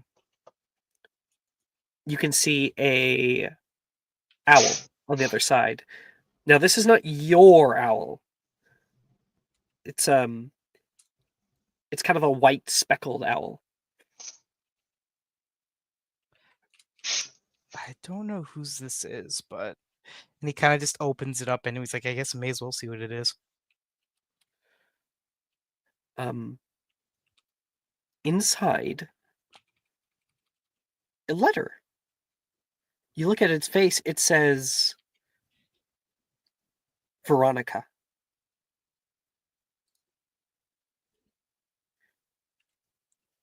And it has a seal of Thunderbird House. No way.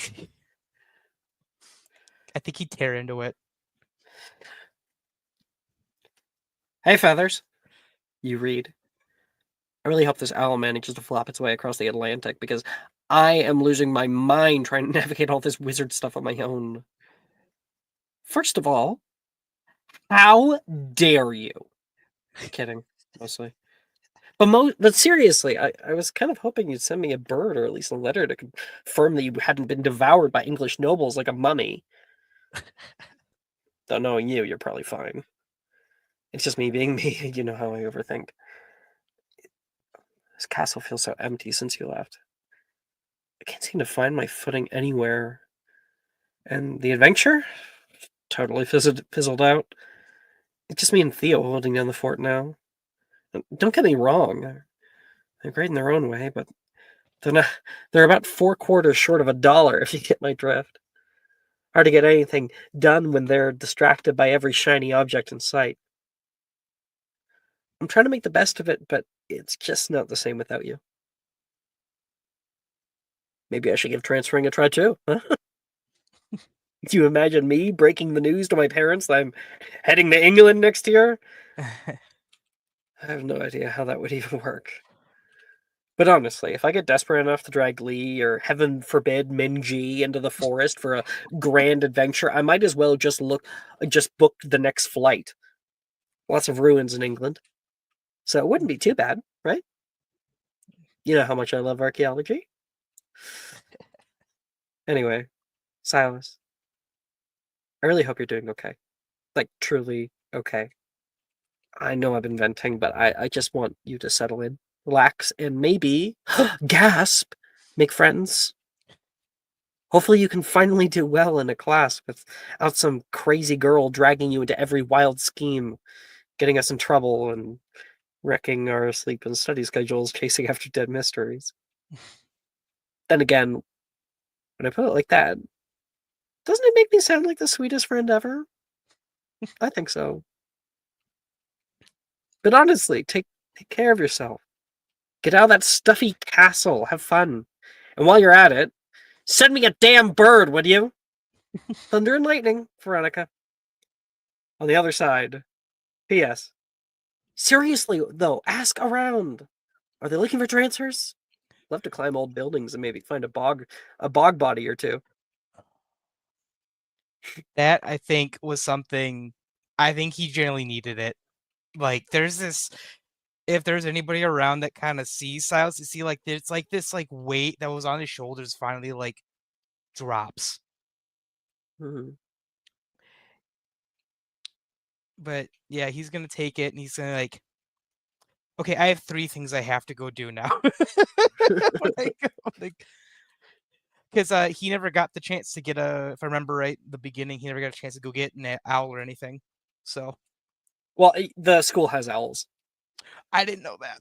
I was just assuming he didn't. They didn't provide any. Yeah. The school has like 1,000 owls. Oh, perfect. It's just students can like use their own because each owl is like only semi-reliable, you know. Could I because I know he did have one written before, but it probably would have been before this one. So he'd probably, if he could, I want him to grab it, kind of write old on like the side of it or something, or like on the back or something like that, and then kind of give it to the owl to take back. Yeah, and the owl will flutter off into the wind, and then you can hear, actually, Lance, while you're trying to get ready, the wind from the window is like fluttering your curtains so much that you can't focus. He'll walk up and try and shut it if he can. Yeah. Lance, you walk right up in front of Silas and just shut the window. Oh, sorry, Lance. It's okay. It's hard to put these contacts in when there's air drying at your eyeballs. I get it.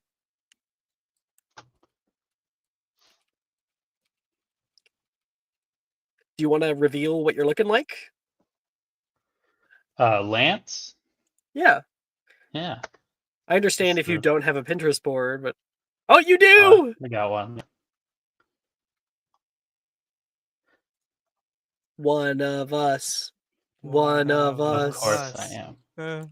He's going as a Targaryen because that's cool as fuck. And he's a book nerd who just finished the Game of Thrones book on the train. And you know what? Nice. Like, more acceptable that you've read them since we upgraded the age to be older. Here, let's show it off. I'm like gnawing at the bars of my enclosure right now. Hell yeah. Oh, that's sick. I love that. Especially the hairdo too. Yeah, you use Crenus You would- Muto and change your hair. You would rock that. We'll get You someone kidding else me? to help me because he doesn't know the spell. Sure, yeah. So, okay, here's the vision. Yeah. So, Mhm. can you give us a description? Even though we're seeing it here, we'd love to hear a description from you. Yeah, so he's wearing these like black and red like long, almost like scale-like robes with a basic scabbard with a empty sword hilt at his hip here. Just like he has like a little satchel off to the other side that's got the little couple of dragon eggs that haven't hatched. Got like some of the fancy sword blocking pauldrons up on his shoulders. Yeah. Hair tied back nice and long and white into like a little half bun, half over his shoulders, and obviously like the little bluish white contacts with like the black eyebrows going on. Awesome. Thank you very much. So He's that's what into you see, Halloween. Silas. He's got one contact in and one contact that he's like on the tip of his finger. So he's got like the weird like difference in color. Dude, you look badass. Holy shit. Yeah, my brother usually goes all out as well, so I wanted to try and one up him this year. I think I have a feeling that you already did, but Oh, you just need to wait until he's on the scene. Usually he's he's miles above everyone else.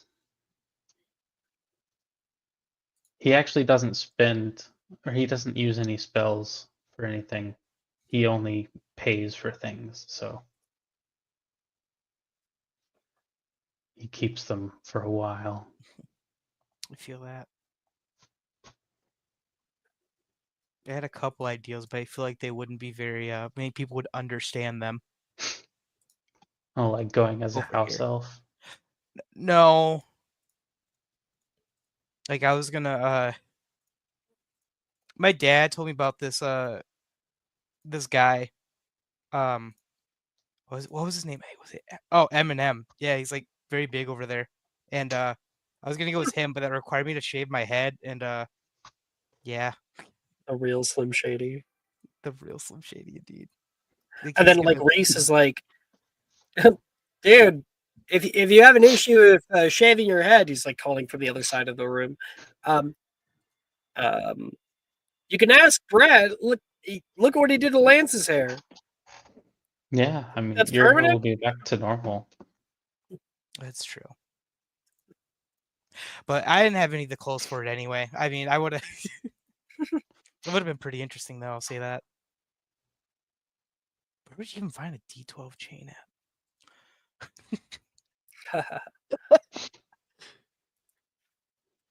I think like from the other side, Reese is like, "We're heading out.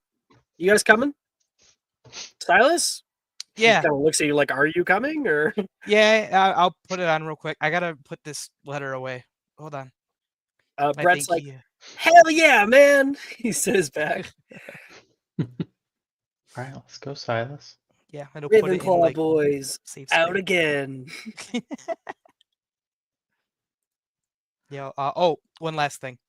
He'll also I think he would have waited probably like a day also to get his wand back from the DADA teacher, but since Yeah. then he's kind of kept it in like I don't know if it's like an extra sheet or something, but he has it rolled up. He's holding it that way, like he's just trying any way to just not touch it. Yeah, he has Basically. like some like leather, a leather strip, and it's just like rolled up in it. Yep. He's Mhm. holding it like a distance. Okay. There is an Ollivanders in Hogsmeade. Which a lot of people don't know. It is canon. There are 2 locations. So Sweet. It is not his Lastly- cool cousin. lastly, our scene will fade over toward the Gryffindor girls' dormitory, where lots of people are getting ready. What the hell are you wearing? What? It's my costume, Darcy says back. Sally looks to her sister, and Sam's like, Darcy, Halloween is like the one time a year where you can actually, I don't know, like, look cute. She says back. You're going as a chicken? It's a rooster. Say back. Don't you see the skin flap? Ugh. I think it's clever. Thank you, Charlotte. Thank you. And Sam's like, does not understand. I need to find what Sam is wearing. Sam and Sally are wearing like gender bent Fred and George outfits. Wow. Yeah. So it's like a blue and orange like suit with like a pencil skirt and stuff, and like with all like extra frills and kind of like making it look extra with some extra pizzazz. And Sadie is like Sadie says Halloween is about going out and just having fun and getting candy. It's not about that. You can hear And her in spooky. her like behind her curtains, like she's not out yet. I mean, honestly, Sam, is this the first time you've seen a rooster anyways? Well, actually, I think it is. There you go. Sam says, You learn something new on Halloween. "Oh, great! That's what I wanted tonight. Education." And there's a few people who laugh in the area. Darcy comes over to your curtain and is like, "Are you coming to Halloween, Charlotte? Oh, yeah. Wouldn't miss it for the world. Do you need help? You haven't come out yet." Oh, I was just putting the finishing touches on. Here. And she'll open the curtain. What are you wearing? Charlotte, I have a Pinterest board. I already posted it. I'll pull it up.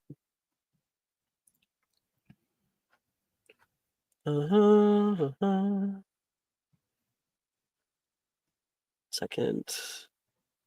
Maple.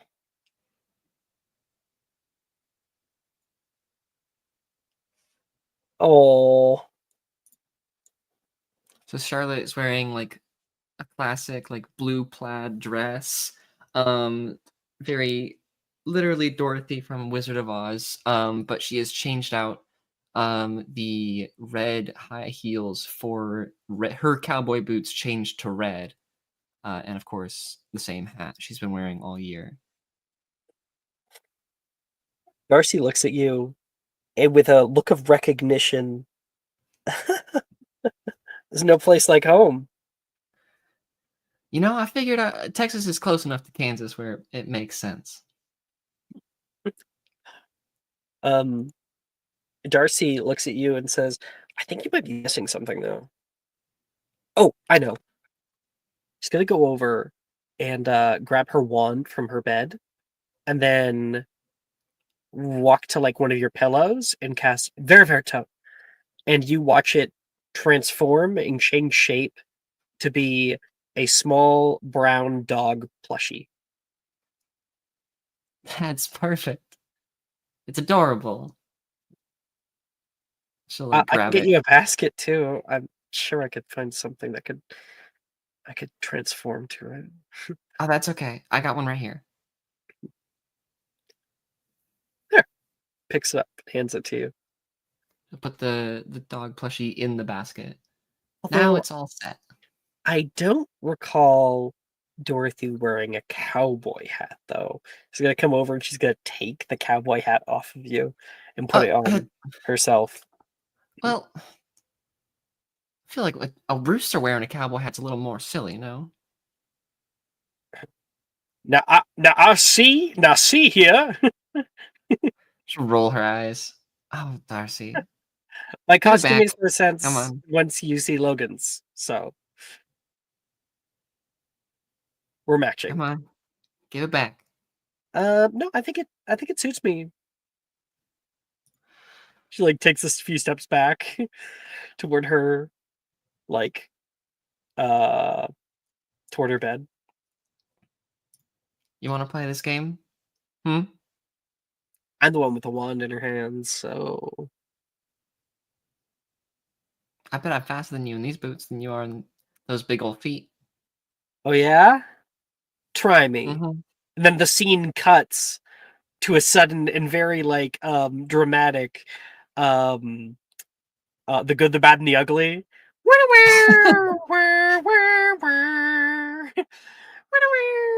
It like cuts between your two eyes staring at each other. Go. The bell like chimes out. Make me a sleight of hand check. Sure. And so will she. Oh no, Darcy! No, I'm so sad I lost. I got a 12. Yeah, she got 2. Oh. So, like, Darcy, quickly moves as you move first. She brings her wand right to your hat and says, "Ferverto!" And the hat does turn into a dove that flutters into the air for 3 seconds, and then Charlotte, both of your hands come clasping and smash either side of the dove, which deals a single point of damage to the dove, which automatically reverts it back to the hat. There's like feathers falling down. Got it. Oh, Ha. It's a neat trick. she's yours. Says, She'll I'm gonna like go see she'll- Logan. she'll do the thing where she like flips it and puts it on her head. Little move. I'm gonna go see Logan, but I'll see you at Hogsmeade, okay? I'll see you He there. says. And then coming out from another bed, Sadie comes out. Hey, Charlotte. Hi, Sadie. What do you think? And you can see she has on like a felt and very plush jack-o'-lantern costume. Just one big bulb of orange. She has on like the green topper is like a hat. And there is an actual cutout of like a face, and she's got her she'll point out, what do you think? I put my wand in to kind of make like the glow, and you see her wand is flickering at the tip with a lumos. You've never seen a lumos do that before, but it looks almost like a candle, and it lights out from the inside. Oh, that's awesome, Sadie. It's really Thanks. neat. My dad made it. How'd you do that with the lighting and the inside? Oh, it's a simple adaption augmentation. A what now? It's advanced charms work. Ah, gotcha. I can show you sometime if you ever want to have a hand at it. Professor Flitwick showed me how to do this one. Maybe.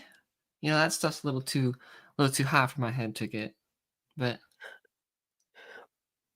it's worth a try.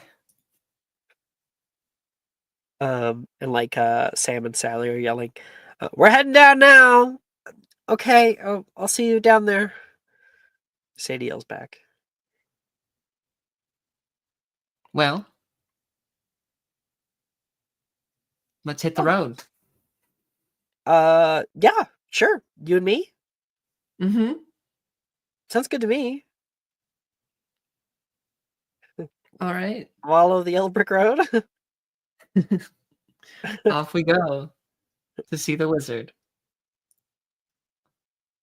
Like as like Sam and Sally are still like leaving. Like Sally's he's just like putting on his shoes and she's like, we're all wizards. And leaves.